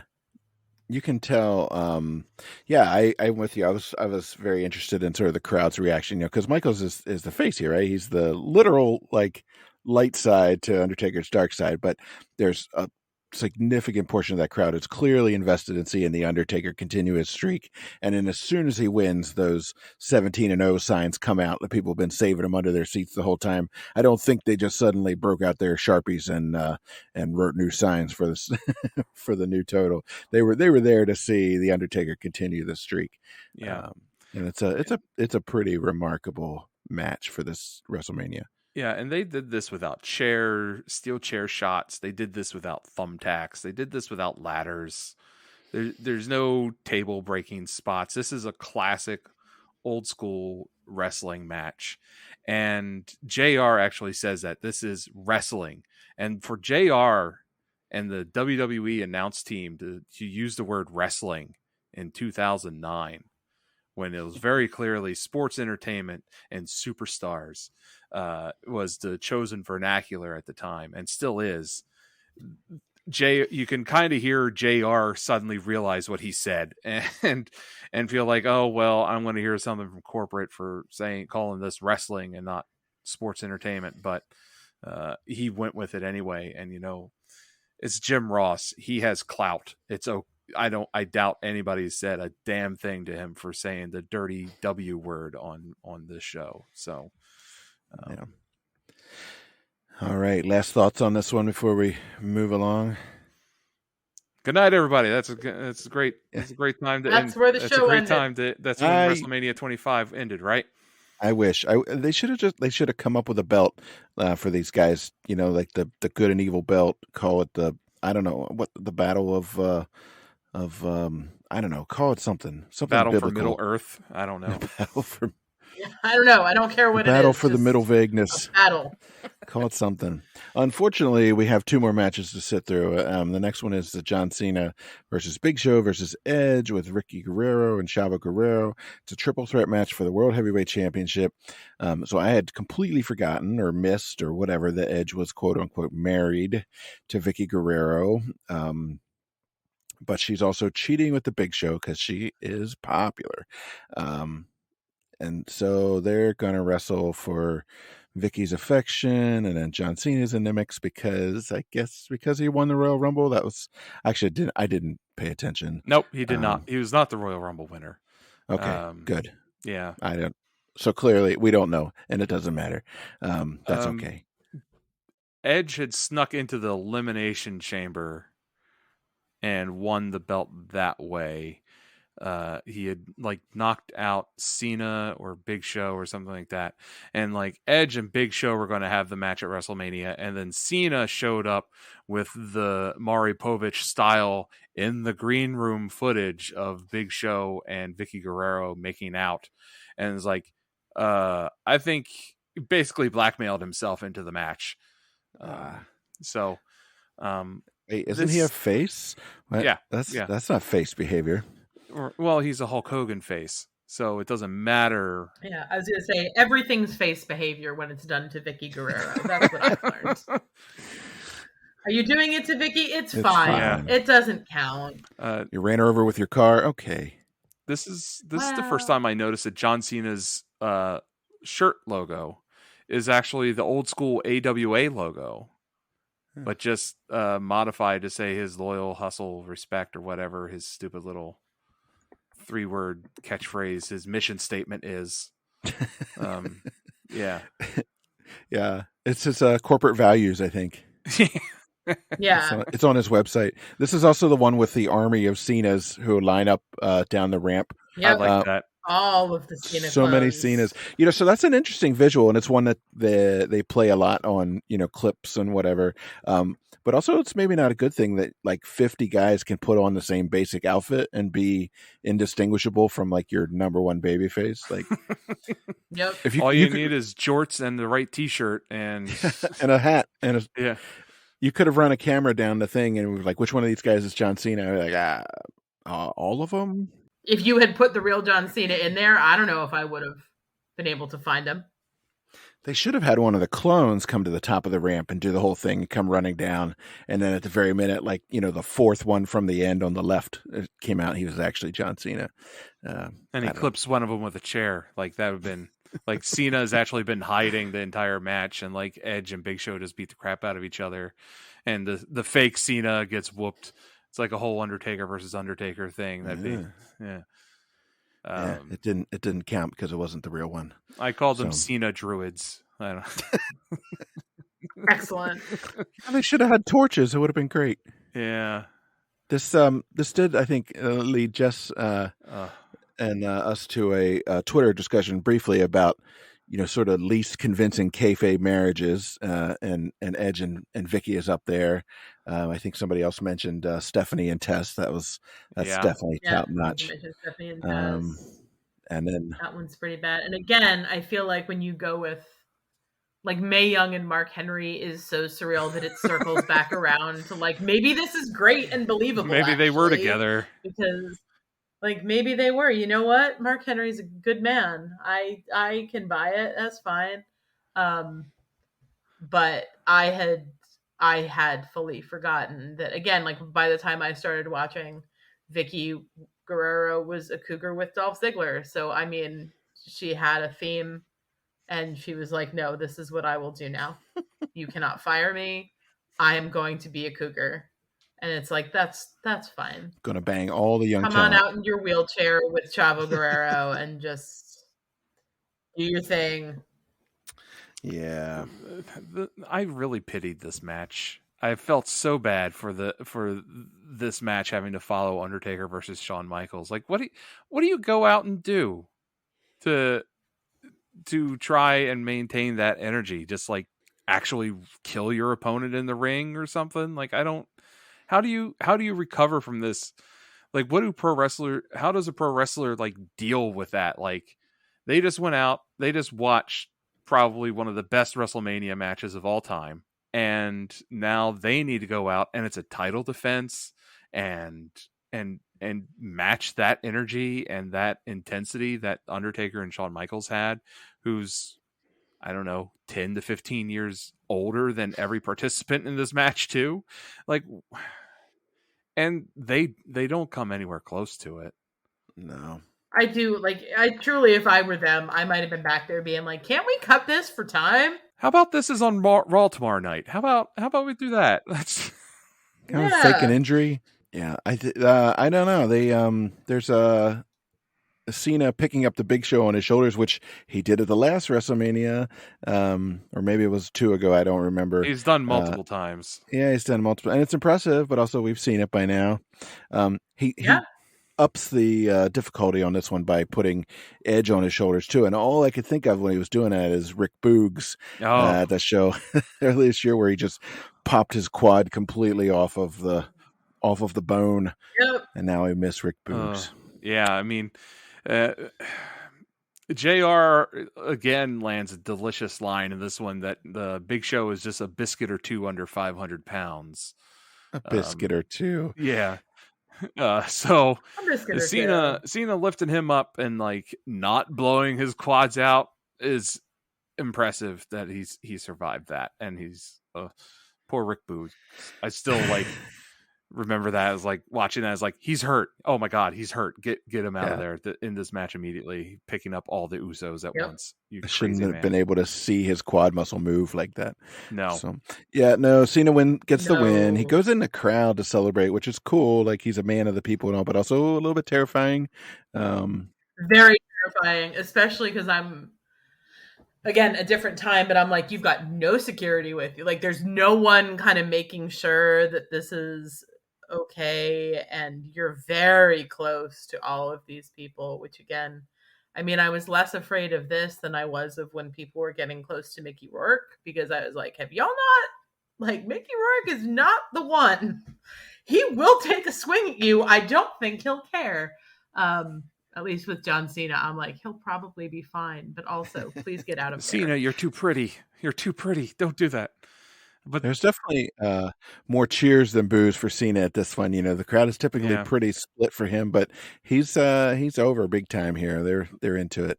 the I Hate Cena shirts were there. Yeah. That family. I don't know if it was the same family. It would be amazing if it was the same family that they're just following him from show to show with these T-shirts. But they were there, and him diving into the crowd though did let us see the sign that said "Big Show ate my sign." There's a lot of sign eating happening at this show, and that sign actually had Yeah. like the corner chunk missing, which was So at least they were yeah. like, no. They That's fully nice. committed to the crafts. They pulled out the little safety scissors. And I did appreciate Cena, you know, literally and physically leaning into the family Yeah. that was all like booing him, and him doing his like, Yeah. oh, what can you do? And I'm like, you. Yeah, unfortunately, the night's not done yet. I'm just this is an unrelated sign alert from SmackDown last week. I messaged Rich about it while it was going on. Somebody had a sign that said "Hi, Dad, in jail" in huge block letters, which I thought was fucking beautiful. That's poetry. Yeah, that's I love right it. there. I love it so much. We got the Hall of Fame section, which we always enjoy. This year's inductees are Dory Jr. and Terry Funk, who somehow are still alive. Coco Beware, who looks fantastic. He's got, I don't know if that was that Frankie the Parrot or was that a replacement parrot? I don't know if that was the original Frankie, but they found one that they were like, we're going to get it to look Don't close. Google what happened to Frankie the Parrot. Don't do it. Don't. I'm just telling you. I do okay. not care to know. Speaking of tragedies, the Von Erich family is here, represented by Kevin Von Erich, the last remaining Von Erich, who looks like Tony Hawk for some reason. Cowboy Bill Watts, who I'm not sure how many of those fans know who Cowboy Bill Watts is, None but of that's them. okay. None of them. Howard Finkel, the Fink, got inducted this year. Ricky the Dragon Steamboat, of course, our man. He's introduced by Ric Flair, and they do a nice little like lock up on stage, which I thought was great. And then the last one is, of course, Stone Cold, introduced by Vince McMahon. There's the usual sort of nice intro of everybody on the stage, and then yeah, I have some mixed feelings about this. So everybody's out there waving, doing their thing, and then there's the glass break, and Stone Cold, he comes ripping out of there on a four-wheeler down to the ring, catches some beers, drinks a bunch of them. So yeah, I don't know. I mean, I love Stone Cold as much as the next 90s wrestling fan. I thought it was a little disrespectful to all those legends on the stage, actually, to just kind of like, hey, you know what? I'm going to make this all about me right now.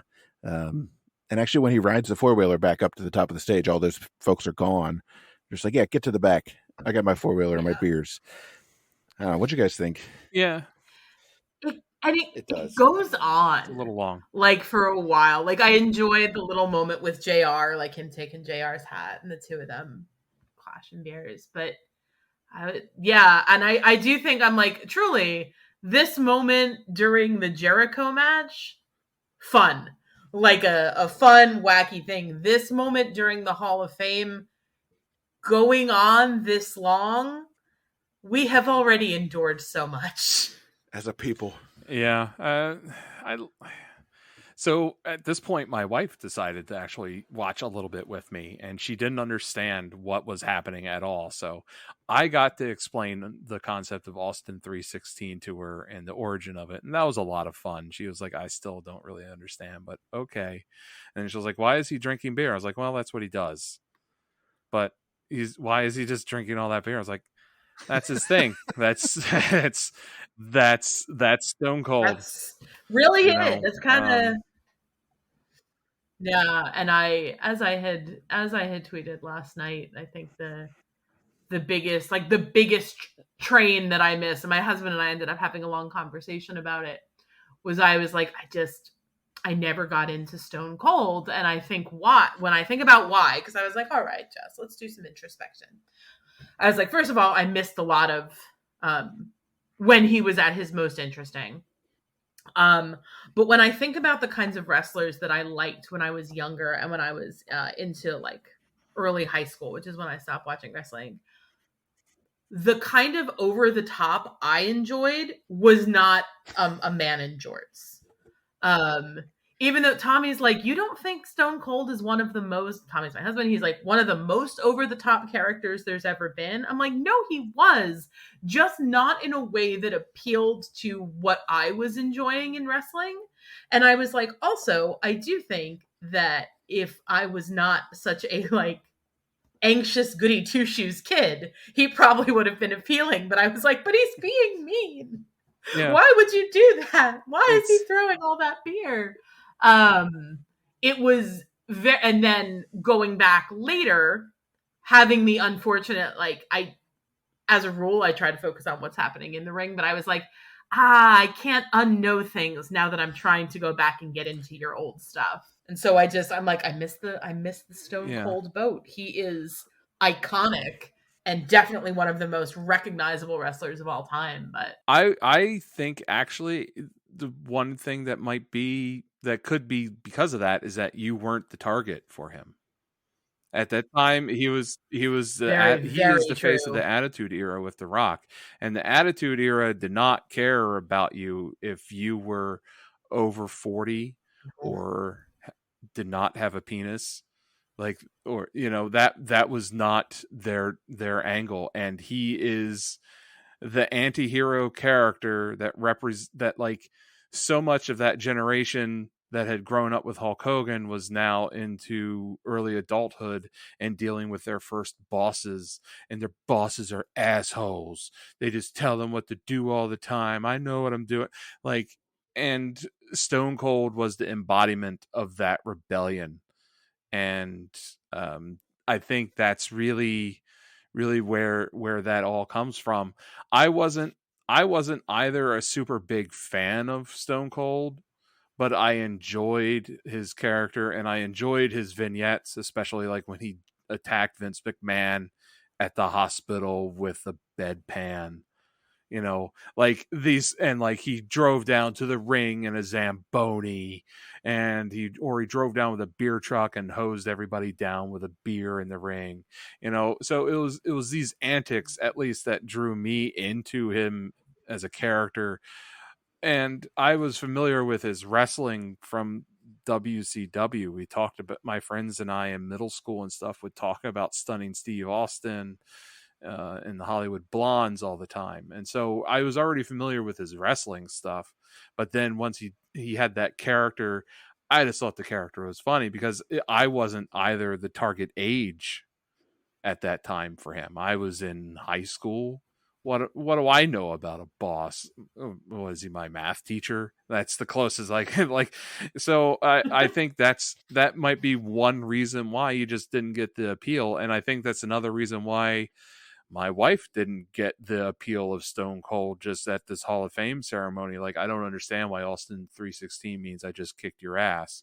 And I don't understand why he's like throwing beers and spilling them over people and drinking them. And it's like, well, that's what he does. That's who he is. Yeah.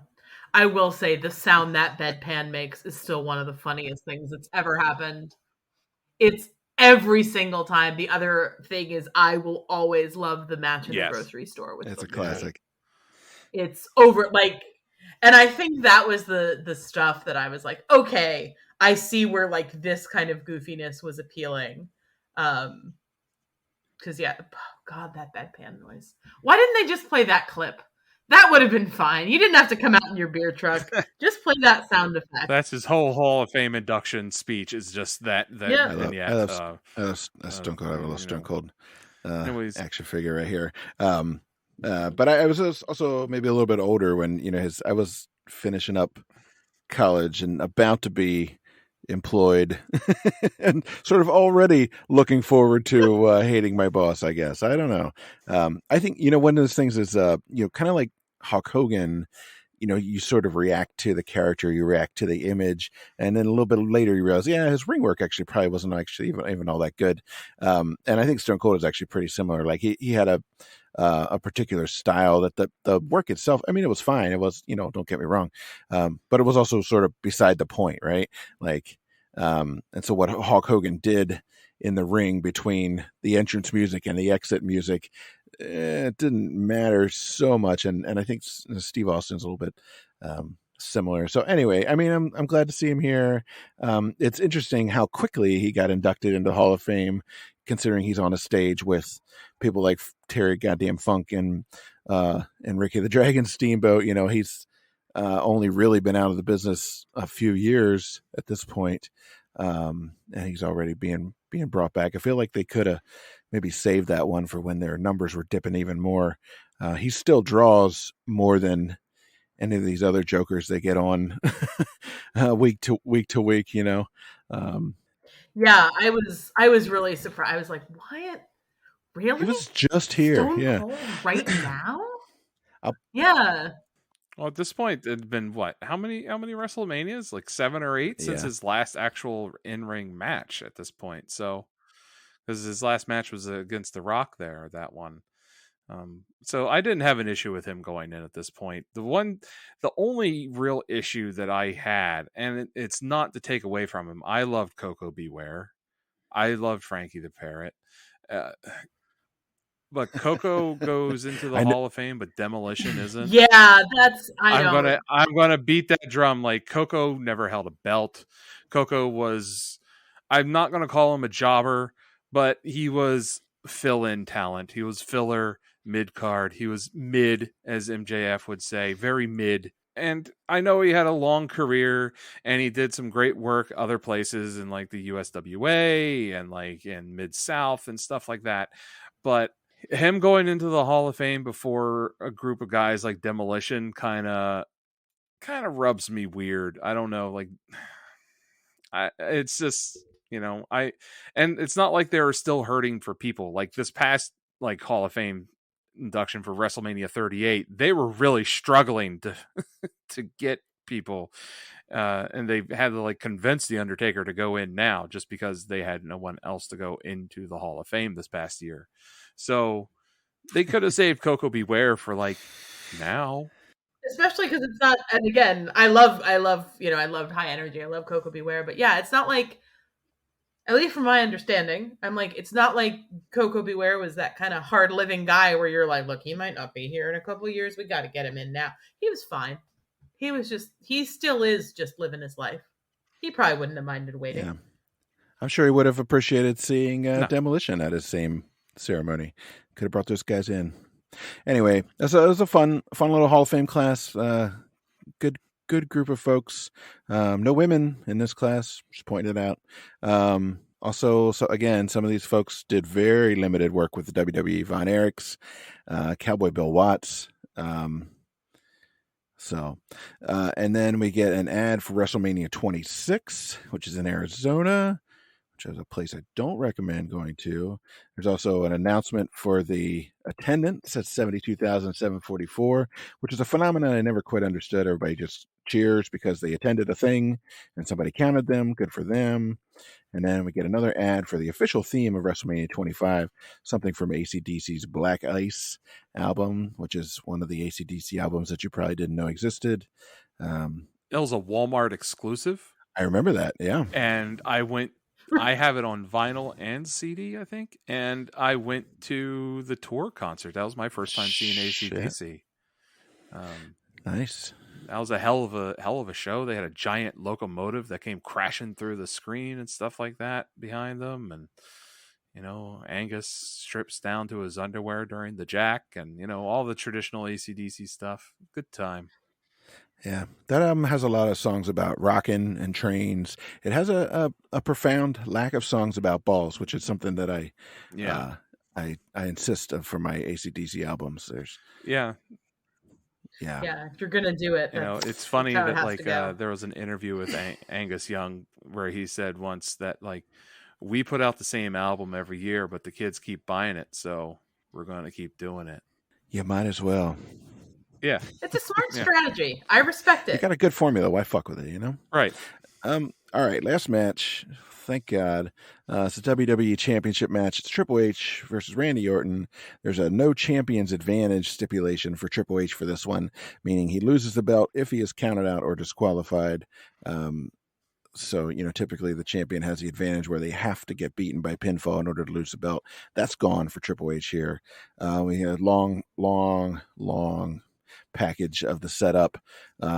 Triple H turned on Randy. Randy takes out the McMahon family. He RKO's Stephanie. He's talking like he has a head injury throughout here. I don't know if he's trying to be dramatic or what his deal is, but it's a little distracting. Probably because he kept getting beat up with a sledgehammer. Who's heel and who's face in this match? I guess Randy is technically the heel because he's going after the woman. I don't know. Yeah. This match reminded me that the Legacy existed. Yeah. With Cody Rhodes and Yep, that and was newly my minted reaction too. felon Ted DiBiase Jr. I don't think Mr. Perfect's kid was in the business yet. Otherwise, he would have been perfect for that group. Get it? Yeah. Yeah. I Triple H stares at himself in a giant mirror and then breaks it to come down to the ring. And like neither one of these guys seem to get that much of a pop from the crowd. Like the crowd is just done with this show. They're exhausted. They're sitting down. They're like they've been dead since Undertaker and Shawn. They're not that invested in the near falls. They're not really invested in anything, especially again because you've just given them Stone Cold. Yeah. Like you've just given them something fun, and it's like anyway, you don't get to leave Well, yet. and the wrap up of Shawn and Undertaker was like over an hour ago at this point, right? You got two boring guys in the same black gear. It's just nobody's into it at all. I care even less than the crowd does. I did appreciate a sign that said "Break Orton's neck" with 2 exclamation points after it, which I thought was jaunty. That was nice. I got really excited when like immediately Randy Orton lands the RKO. I was like, all right, they're wrapping this shit up. Maybe there's just an extra long montage at the end of the show or something. But then that doesn't end it. And then Triple H lands a pedigree. And then I'm just like, oh, great. So now they've both taken each other's finishers within 30 seconds of the start of this match. Now they're just going to lay around for 20 minutes. That's what's going to happen. And it kind of is. They, and I had noticed something that a lot of Randy Orton's movements reminded me of Kenny Omega, like the gesturing and the shoulder movements and the posturing and stuff. And maybe that's why I don't like either one of them. I just don't like that stuff. But I mean, Orton also, in my opinion, has zero personality. There's just nothing. There's nothing there. I like the gimmick that they're attempting with him, that he's brain damaged or something from a concussion, but I don't understand. But like just like his movements, especially when like he's acting stunned and weak kneed, he just looks like a toddler who needs to go pee pee in the potty. Which I mean, it's a pose that I'm very familiar with right now, and this match ends up just being. Triple H goes for the pedigree. Orton reverses out of it. Something else happens. They lay down. Triple H goes for the pedigree. Orton reverses. They lay down. Like 300 times. And then suddenly they're like, WrestleMania 25 is over. Good night, everybody. Yeah. We know we said that there were no disqualification. Like if he got disqualified, he'd lose. But y'all want to see him use the sledgehammer right here. He used it. It's over. Good night, everybody. That was your face. I wanted to see him use the TV monitor, but the ref talks him out of it. That's the one spot I was like, oh my God, he's going to kill him. Let's do it. Let's do it. Let's see it. This is it. This could be it. Yeah, I feel like the only thing that I was like, I guess this is like from a research perspective kind of weird and interesting. Like that weird intense moment backstage when Vince and Shane come up to Triple H and are like nodding at him like, this is for Stephanie. You're going to do it, right? Because this is for, you're protecting our girl. And I was like, Stephanie's a whole person. Like, I think, first of all, I'm not really pro McMahon in almost anything, but I'm like, God bless her, she's a trooper. She's like, all right, you need me to take an RKO, you need me to be DDT'd while my husband's handcuffed to the bars in a weird like psychosexual You want to thing. That's crucify fine. me? Whatever, Great. we'll do it. Yep, that's fine. That sounds neat. But it definitely had these like very weird, you gotta defend Stephanie's honor. Like, I was half expecting Stephanie to show up. And like, we've seen, in more recent WrestleManias, like Stephanie be the one who gets the sledgehammer, like Stephanie being the one who's like, no, I'm gonna. And I was like, you know what? I think I could have gotten behind that. If it was like she came out there and just was like, I'm going into business for myself. Go to hell, Randy Orton. I'm hitting you with a sledgehammer. While this referee is knocked out. But instead it was like, no, we're just going to make kind of vague reference to the fact that all of this is about what he did to Stephanie, that you didn't really care until it was happening to her. Now you're going to wrestle this man for a really long time. So the only two sort of amusing thing that's not, well, the TV monitor spot is halfway decent, but there's a spot where Triple H kind of catches the kick from Randy and sort of tips him over the top rope to the floor. And right as he hits, somebody holds up a sign that says "Man down," which the timing is just chef's kiss. It was beautiful. That's beautiful. So that was great. The other thing is, so I watch pretty much all of our streaming stuff with the subtitles on. Sort of the older I get, the worse my hearing gets, and I have a hard time sort of making out dialogue anymore, so I just leave it on and it just plays, right? So during this match, there's a subtitle that just says "crowd chatter," right? Not cheering, not boos, just crowd chatter, just indistinct noise of a restless, bored crowd. Just I've already seen Stone Cold. They're approaching hour 4, they're ready to get the fuck and beat the crowd. And then a little bit later in the match, when it's still clearly the same level of noise, it switches to say "crowd cheering" on the subtitles. And I'm like, you are misrepresenting this, Mr. Subtitle person. So anyway, I'm going to take that up with the Peacock people. The sledgehammer shot, I think that was really interesting. It was very like old school crowd reaction, like they're watching Monday Night Raw, kind of like Monday Night Raw from '96, where Triple H lands a sledgehammer shot, and you can see everybody in the crowd look down the aisle to see if someone is about to come down to interfere. Not like they're invested in what just happened in the ring, but they want to see that something else is going to happen. They want something else to happen because they're bored, and this match is so boring. There's a spot where the Triple H gets back body dropped onto like the Spanish announce table, and it's very clear that they did not gimmick the tables for this night, and so that table does not give. Nope. And it looked very hard of a shot. And then they're trying to be dramatic about whether Triple H is going to beat the count to get into the ring after taking that, and he makes it, but the crowd doesn't care. And it's because Triple H is representing McMahon, who is still traditionally heel and has never really been able to break out of that heel perception from the crowd. And Orton, who's a heel. So it's just two heels beating the crap out of each other. They don't care. And the moment this match ends, the camera pulls back and you can see herds of people getting up, heading for the parking lot. They don't care about Triple H's celebration in the ring. They don't care about anything. They like, oh, well, I'm going to beat the traffic out of here. Houston traffic's horrible. They're up and out the door. They're done. They're done with the show. It's 4 hours. They had to sit through 20 minutes of Kid Rock, and now they had to sit through this crap. The best part that happens in this match is when Triple H wins, we get to hear Motorhead again. That sort of leads us into a video recap of the highlights of the show that's set to an absolutely terrible fucking song. I don't know if it was just terrible or if it was Christian rock or both. I don't know what it was. And then that's the end of the show. So we made it. We survived.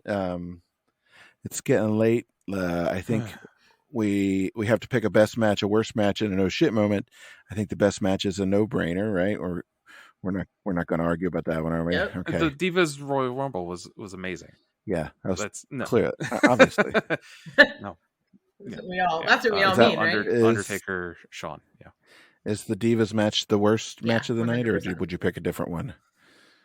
From me, I mean, it would have to be a match. Gosh, is it the Divas? It would have or to is be it a the match first to Hardys? count as the worst match, probably, and I don't know if it qualifies. Yeah, I feel like that's the Yeah. problem. Honestly, is that calling it the worst match acknowledges it as a match. yeah? And my oh shit moment is probably the Undertaker landing on his goddamn neck. It's a top 3 for sure. Yeah, I think my oh shit moment is Ricky Steamboat springing over the top rope onto Chris Jericho Yes, on the outside. Was it Ricky Steamboat who's yeah? Ricky actually skinned the cat, and it was just like they were just like Ricky Steamboat just skinned the cat, and I was like, he's the best wrestler in the world. Those were both. When I made a list, it was those two, and then the third one was me liking a Shawn Michaels match for the second WrestleMania in a row. I know. Holy shit. Shawn is a much better worker when he comes back from this retirement. He's so much better. I hate it. I hate everything about it. I'm just mad. Yeah. Okay. Do we any ideas on a rating? 1 to 5, and with decimal points being not only allowed but encouraged. I think for me, I'm at like a 3.25. This show is so bipolar. It is up and down with the energy. It's unsteady. But if it wasn't for Undertaker versus Shawn Michaels, this WrestleMania would probably be like a 1.5. But that match alone makes me grade it on a curve. I can't decide if I'm at I'll probably just say a 3, just a really basic 3, because Undertaker, Shawn Michaels, and then the Jericho Legends match was just so enjoyable. Like just kind of the two poles of what I enjoy most in wrestling. So yeah, I will say a solid, because it's true. The Undertaker, Shawn Michaels match is so good that I'm like, I have to bump it up a little bit higher, even if it was only 2 matches out of 8 that I genuinely enjoyed. I like those two, and I did like that Rey Mysterio match. I gave it a 2.75. I think most of it sucks. I think most of the people involved should be ashamed of themselves. But the highlights were definitely worth it.